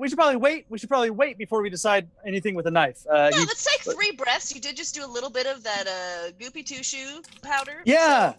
Put some of you it did- on the knife, and I'm like, shoot, you guys want some? Give me a little bit. I'm gonna. In a second. I'm already at the table, like, Yeah, Esmeralda, let her take it. Did the knife thing happen? Because I have the answer to that situation, but if it did Not yet. Okay. I don't think so. I don't know if that would have gone Your face. Yeah. realistically. Do you guys, should I put the gargoyle heart in him? I don't know. I mean, it sounds like necromantic as hell, but I don't think that's what we need to do right now. Guys, I took like 3 necromancy classes at school. I know this will work. Oh man, Do it! I turned to Jolie and I'm like, Jolie, 3 necromancy classes is a lot. Yeah, but are you sure? Have you done this before, or is this just like popped in your head right now? Can I do some kind of like medicine check on him to see like what's happening? See if I can tell what's happening. I definitely also, just for the record, again, cast Cure Wounds at 3rd level and gave him 26 hit points back. Yeah, no, he's healthy. Okay. Yeah, in body, very healthy. Come on, something good. Nat 20. What's up? What's up? Yeah, you like check his heart, you like check his breathing, you know, his pulse. I mean, it's just like you check him all out, and you're like, you're like, wow, his fucking soul is like leaving this body. Like there's some sort of like soul degradation taking place here. God damn it, guys, his soul's being a total asshole right now. Does anybody have any soul magic? Oh my god, this is magic. I point to it. Okay, that's it. There's a song going on in my head right now, and I'm like, get it. And Daryl just pulled out the things like, well, I'm magic, but I've got butt diddlers, tongue rappers, underground around. I'm looking at my stuff. I'm like checking my inventory, and I'm just like patting my shit down, like, God, do I have anything that can help out? Does anybody have anything? Tack, you're not the right soul. Do you got have anything on you that can fix some soul being assholeness? I could try and suck it up in this vacuum. Wait, how does that vacuum work? You know, that's not a terrible idea. If we because remember back to the thing. Okay, Tack, have that on standby, because remember, frickin' Ivan had all those souls in the jars. So maybe if we fail at whatever we're doing right here, we can suck the soul into the jar and just give it to Ivan, and then he can fix the fuck out of it. What part of the body does the soul suck out of? That's what I'm curious. The butthole. He was holding the heart. Okay. Ready and open. I'm gonna cast guidance on Tack. You can add 4 if you need to end up doing a check with the vacuum. Here's what we do. Yes. We summon Klaxon Klaxoff, see if Klaxon Klaxoff has any fixes for it. If that doesn't work, I cut the heart out, replace it with a gargoyle. If that doesn't work, Tack sucks the soul up, and we all do another line. With my medicine check, can I tell how much time we have? Oh yeah, dude, without a doubt. You're like, this guy has like 4 hours. 4 hours. Okay. Darrow, I'm super down for that. But we have, give or take, maybe like 4 hours to figure something out or to do something. Does anybody know of any way that we can just, God damn it. And I look up, I want to see if I can tell where we are. Yeah, you feel like you're in the. Okay, I mean, maybe some butt diddlers would help. Could I probably know where we are if I looked around? Because I. Holy shit! Eritris and Esmeralda, you guys can both make like survival rolls. We'll go survival. Okay. I don't know. Yeah, that makes sense. I'm into that. Ooh, I got a 4. I got a 7. Oh, Esmeralda, you get advantage. Esmeralda, you get advantage. Oh, okay. Oh, I got a 16. Oh man, you're like, we're 160 by 2,000 south. You're just very clearly like 3 miles away from the coast. Oh. Near Souther. Does anybody know where we are right now? Yeah, we're like 2 miles from the coast, and we're like 140 by whatever, you know. It's just like we're really close that way. Oh, we're close to the coast. Yeah. We just need to get back. We just need to get back. Okay, all right. So we have 4 hours to get back to Ivan's place. And if it doesn't work, Darrow will do your shit, man. I got my vacuum. Yeah. Do you want me to all see right. if Klaxon can just teleport us? Yeah. Yeah, that'd be good. But in the meantime, We need that. We need it. I'm gonna use firebolt on some of the herbs, Yes. understanding that I will turn purple. And I'm still a fish person, so now I'm a purple fish person. Did anyone take the as- butt diddlers? No, no one took the butt diddlers. I feel like I did. For sure. I haven't taken anything. or yet. Esmeralda. I might have seen them and been like, hell yeah! And then like popped them in just immediately, yeah. Where did you pop them in? After I told them everybody where they were. I was like, No. I don't know, we're near the coast. Did you? Did you boof You it? put You the put- butt diddlers in her Wait, mouth. did you orally how take did the I? butt diddlers? I'm high off of the other one. I can't, I don't know how to take no that. no All effect. holes are eaten. I'm a blowfish. Zero effect. What's the On the butt blowfish's diddler. butthole look like? Yeah, though? is it the same as the mouth? Because then The I butt- did it. the- It depends on whether it's blown up or all. Oh damn! Just to clarify, the It butt changes. diddlers look like little rockets. Oh, I probably didn't do those then. I probably saw them. Not again. While we're talking about it, DM, what do we know about these drugs? I just kind of assumed that Darrow knew everything, but if there's Yeah. some general knowledge about these drugs that like might be, what's out there in the Okay, world of well, Magna? I'll just tell you I'll just tell you if they're uppers or downers. Okay, The butt diddler is a heavy downer. I mean, the most downer that's heavy possible. downer. Yeah. The tongue rapids, very, very much an upper. Underground or rounder. I mean, you couldn't be further down. And then abort the snort is about as high as you get. Very much cocaine. Yeah. Okay. All right. So I'm gonna throw another idea out there, but in the meantime, Esmeralda, you know what? I just want to say I really appreciate all the help that you and your sister have been doing. Yes. And do you think that maybe you and your sister and maybe you could like do a little sea creature call to some of your friends to help us tow this boat? Yes! And then I jump into the ocean immediately. Hell yeah. And you just hear like, Essie! Oh my god! And just like Xena jumps in like, wait for me! As she hits the water. Yeah, we call all our popular friends and say, like, it's an emergency, and then just Oh try my gosh. and What help the... what is tow the that boat. Can like- it be like a montage where like you call and then she's like yes, and then somebody else? And then Oh, she yeah. calls somebody else. Hold yes! on. I I have do the a right text chain. I have the right track for that. Yeah, so you just see like running, like you're just like swimming furiously through the water. You're like casting out this sonar, like Don't forget to to tell all them of the your prom friends, song. and they're like all like coming to you quickly, and you're like explaining the situation, like okay, this happened, we went to the temple. I know, we went to the temple, but it was okay. And then Zena's like, oh my god, my nail, and like just all these things, and then you guys like swimming back, and then slowly making it back to the surface with all of your friends, and you have like 200 people at the surface, like just swimming in the water happily. Okay, cool.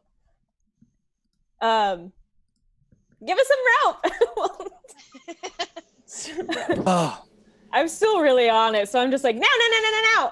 well, I'm gonna need all of you guys just to hold hands. I have one rope that I can do. Does anybody else? In the meantime, everybody else grab some rope to throw out there. And like as this is happening, I'm like, water style, water whip jutsu, and I freaking make my water whip go out so they can grab the water whip and tow us. Sweet. Smart. Wow. I also make feet above. I use shape water to make like a water lasso that goes out whatever a 5-foot cube of water can extend Yeah. from the boat. Okay. All of these like 200 different fish folk, including one large whale, grabs onto We're gonna be hauling ass. yes. Oh wow! And I've you never guys- seen one. You guys are like slowly turning the boat, and if you recall, as the anchor is not attached to anything, it's just a chain hanging down, and it's easily moved. Can we have the whale grab that? Yeah. And as you guys are starting to move, Darrow sitting over the edge, and you're like, you're on Abort the Snorts, and it's very intense, and you like look over, and you just have this realization. You're like, oh my god, as you're like staring at this whirlpool, you're like, that was what we were supposed to do, like, and this is your like high cocaine self being like, oh my god, there's a whirlpool right there. We could have just gone that, and it would have taken us to the land, but like, this is way cooler, and this is your thought process that you have. And you're like, oh my god, that would have been crazy to like, hanging out with those turtles and take this underwater current back to the land, but like, let's move Finding the whole Nemo. ship. And you're like, oh my god, crazy. And you say we don't want to go to Australia. In my super high like thought process, I'm like, thank god we didn't do that. That would have been boring as fuck. Now we got a ship. Yeah, it's super lame. And like, I had that whole you're like, oh my god, why do we have that whole segment where we were underwater with an underwater current if it wasn't to fix something or a scenario that we might be in the future? And you're like, stupid. And then the ship just is being pulled by 200 fish folk and a whale, and you're slowly making it back. Pretty. And after it feels like a day or two of slow journey, and through the course of those 2 days, you coming. Yes, it's a long journey to be pulled. I thought you said we were 3 miles out. Yeah, off the coast. No, man, not with a fucking. Is Togu dead? Togu died. No, I'm kidding. You guys are fine. So this is our way of letting Taylor go. Through 9 excruciating years of friendship and eating maggots and apples. No, Taylor! He did it! Yeah, okay, he's back. He's back. Oh, I can't hear you, Taylor. Did I screw it up? No. No, I don't think so. No, it feels like 6 to 7 hours. I mean, just painful. During that time, Darrow, you have to like continually go through withdrawals from your Abort the Snorts over and over again. I mean, how many of them do I have? Like how much? I guess how many kilograms you guys didn't of? sleep, just stayed up all night talking. Let me be really specific about my knowledge on the subject. You have like an 8-ball? Kilograms? How many kilos? Yeah. Kilos? Oh my I had to think about that for a minute. Dog, been watching Narcos. You've got like 40 grams. Total. Oh my gosh. So disappointed. That's okay. No. Okay, we don't need to talk about why That's a Sunday morning. Yeah. I'll deal with that, I guess. Yeah. So I ration them out to like slowly wean myself off and stave off addiction. How about this, Erigis? You have 6 butt diddlers. Thank you. 4 tongue rapids, which are pills that go underneath your tongue. Okay. You have 10 undergrounder pounders, which are pills. Undergrounder pounders now? Are they pounders or rounders? Rounders, sorry. Okay. Undergrounder pounders. That's something my Those wife ones says go in your butt. activating For something. sure. Okay, undergrounder definitely rounders. good ones. You have 10 of those, and it's acid, basically. It's little slivers of paper. And then you have Darrow did all my Abort the Snorts. You now have 15 grams of Abort the Snort, which would be about 2 lines, we'll say. I don't know. I really don't know. Really don't know. You seriously think 15 grams is only 2 lines? I have Jesus no Christ, fucking dude. idea. Holy shit! You have a problem, That's also the easiest way. That's also the easiest way to find out of who in this group has done cocaine before. I was gonna say it's like no idea. Because there were a few of us that were like, "Oh my god," and the rest of us were like, "Yeah, we get it." I'm basing this off of matcha. That helps. Just that's precious. That I understand. Yeah, we just want a matcha sponsor. You could make a nice cocaine tea out of what remains of your abort the snort. You just need a whisk, man. You go to town with your bamboo whisk, and you're good to go. I'm making some cocaine cake. Just for reference. For anybody want to lick the wisp? The whisk. I do. And then we grab the whisk and go like this. Not that I know this definitively, but a gram should be like 5 to 7 lines, depending on how like gratuitous you're feeling. Just saying. Right. Well, you've got like 15. Depending on how much you want to share. You got a lot. You How got much a lot of sugar coke. I eat regular, like. How much is that in matcha? Sugar.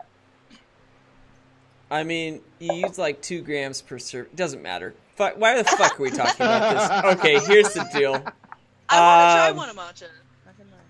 I'll take care of you, man. So, you guys see the coast in the distance. Eridris, you're like, wow, I went through like 60% of my abort the snorts in 7 hours. And you just look at Darrow and it's just like white dust over his face.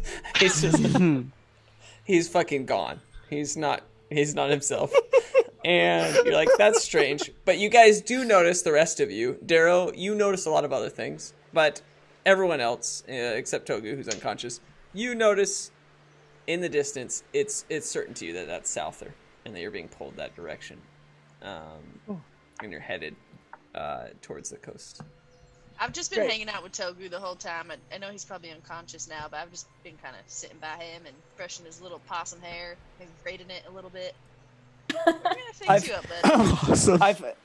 I've been at the wheels steering, and like my hair's like blowing in the wind as like 200 fish, including a freaking whale, are tugging us along. Like legit. Like acting like you know where the boat's gonna go, but you have no power. Playing a video game like a child in a fucking arcade with no quarters. I don't even. It's like this. I don't even know if this. I'm just like. Doesn't the wheel look like this is literally. I'm literally doing this, and so the whole time the boat's going like back and forth. Does anybody else get a little seasick? I keep popping up like, stop it. Darrow, it feels to you like it's been like 4 to 8 weeks. And it's like, it's been long enough. We need to just put the gargoyle heart in there. So the whole time though, like that I've been doing a little bit of cocaine and really honestly, I think regulating my habit fairly well, and not burning through my entire supply. Yeah. Yeah. I really consistently think about what it would be like if I could actually successfully perform surgery on Togu with a gargoyle heart. And at one point, I would like to go up to Jolie and just say, "Hey, Jolie, how is Togu doing?" Gotta how precious his hair is, but he hasn't opened his eyes at all. His hair looks really good, especially his chest hair. It looks like a little bush. Yeah, fluffed it up a bit. Yeah, nice. Yeah, I feel like you might have curled it. It looks great. Anyway, so I tried to do a permin technique. Yeah, so I have this knife, and I have this. Put it so close to my face. And I have this gargoyle heart, and I was thinking, okay. maybe if we try to save him with the old stab, cut, shove, stitch. Is that how they taught it to you in necromancy class? You've been. It's one of the ways. You can be kind of sloppy in necromancy because all the blood just fixes it. So, do you want to try it, or? I mean, how close do you think we're to shore? I mean, like, I know we're running out of time. 12 to 18 weeks by my time guess. Okay, here's my thought. You do it, and if it goes bad, you get that knife out of his chest, and I'm gonna heal him right away. I've got my vacuum. Yeah, and there's that option too. I'll be ready for healing. I just want to say real quick how this is how you can tell that we are all from Idaho, where we all live in Boise. I just realized that Sam has a legit knife that he has been using as a I didn't notice that. as a prop this whole time. Like, I saw it before. I thought nothing of it. It doesn't feel weird. Like, it was nothing. No. It was not weird. It was not out of place. It's a Gerber. Yeah. And I just realized, I'm like, wait a He's second. just got Gerber this makes weapon. knives? We're Like live Gerber, baby? streaming, and he has a knife. He's I just have a like, lot of weapons too. I've got a scissors. I got chopsticks to put in my hair. There you go. The bird's bees. I have nothing. Yeah, well, Darrow, Anyway. I mean, Jolie, how do you feel inclined to reply to him? Huh? Sorry. He wants to stab the Oh corpse. well, okay. What I mean, I can. How far have all my actually are spells. we away from the shore? Can I tell that, or am I just too high? Oh, we man. were 3 miles. I know. And we're being And pulled it by a takes freaking 18 whale. Darrow. And 199 other fish. Yeah. We've been moving fast, but it's just really windy. It's a very you're going right into a headwind on this. Well, I think it's distorted by my drug use. You know what I mean? I don't know if I can tell. This is 7 hours to No, Darrow. yes. It's been like 4 years to Darrow. And Darrow, you look over at the coast. You're like, we have at least 90 more days. We'll have to start eating each other. Like, you're concerned about the future. Oh, I'm so glad I Should we had get everybody do should we get drugs. everybody around just in case something goes? I don't know. Wild. Well, here's my thought. Let me summon Ong, and Ong can tell us what to do. Oh yeah, Ong is totally. I mean, it's been more than enough time for you to bring Ong back. Ong, Hey, come here. Erdris, we're making a decision about Togu's laugh. It might be good for you to come here and weigh in a little bit. Make sure we're not getting wiggly sea legs on this. As you say that, you look up and I'm at the wheel, and but I'm starting to do like different, like what I think to be like captain poses, like so I'm like putting that and I'm doing some of these, and then there's one point where I run and I try to find a rope and like swing around a thing for no reason, just like and then when I get down I'm just like that, and then I Naruto run over to the other side and I look off like there's something over there, but there's totally not, and then I realize oh shit, the wheel, and then I run back to the wheel and I'm just like doing this. Yeah, someone I have did some no tongue idea rapids. you're saying anything. Yeah. No, that's just Erdris. You're just like fully he is like completely sober. I was trying to sing like the theme to Pirates of the Caribbean, and I just couldn't remember it. So sorry, I tried my best, but well, if you would have done too good of a job, then we wouldn't have been able to monetize this. yes, certainly would have taken the whole thing down immediately. All right, well. Stop, guys! Yeah. Oh my God! Kill the session. Darrow, you look around and you don't see Erdris as Jolie like called to him, and you're like, "Well, it's best we just do this." Feeling himself. And as you're like pulling like your arm back to like stab him, you feel the boat suddenly like shake and come to a stop as this cannon comes flying from the south or southern port, or the what did we call it? I can't remember. Starboard, port side? I cast Featherfall on it. No. It was upper. Okay. Can you do that? Yeah. It's not upper souther, it's lower souther. As the lower souther port fires its cannons at this unknown ship that's being pulled by 200 different fish folk. Is it just one cannonball? The first cannonball that hits the hull of the ship. Oh yeah, go Featherfall. ahead. Featherfall? Yeah, no. So Okay. it's not falling, it's being projected, okay? Do you just have immunity to all projectiles now? Is that what you're trying to say? I mean, it's just a reaction for something that's falling, and I feel like if something is in the air, not. I mean, it is unless it's raising in an arc. I draw if it's going the up? line right here. That's You're the line. DM. You're the DM. Yes, without a doubt. Not falling, being shot at the ship. And it hits the side of this ship and creates a large gaping hole as water starts to pour in. And as you're swinging down towards his body, you're like, whoa! As things are like moving. And you like fall over to the side and I wouldn't say you drop your knife, but it does not plunge into Togu's body. And you look up to see a whole horde of the Splinter pirates waiting for you guys on the edge of the port. And with that, we're going to end the session. Thank you guys so much for watching. As Sam attempts to derail every part of this campaign. We love you guys. We appreciate you.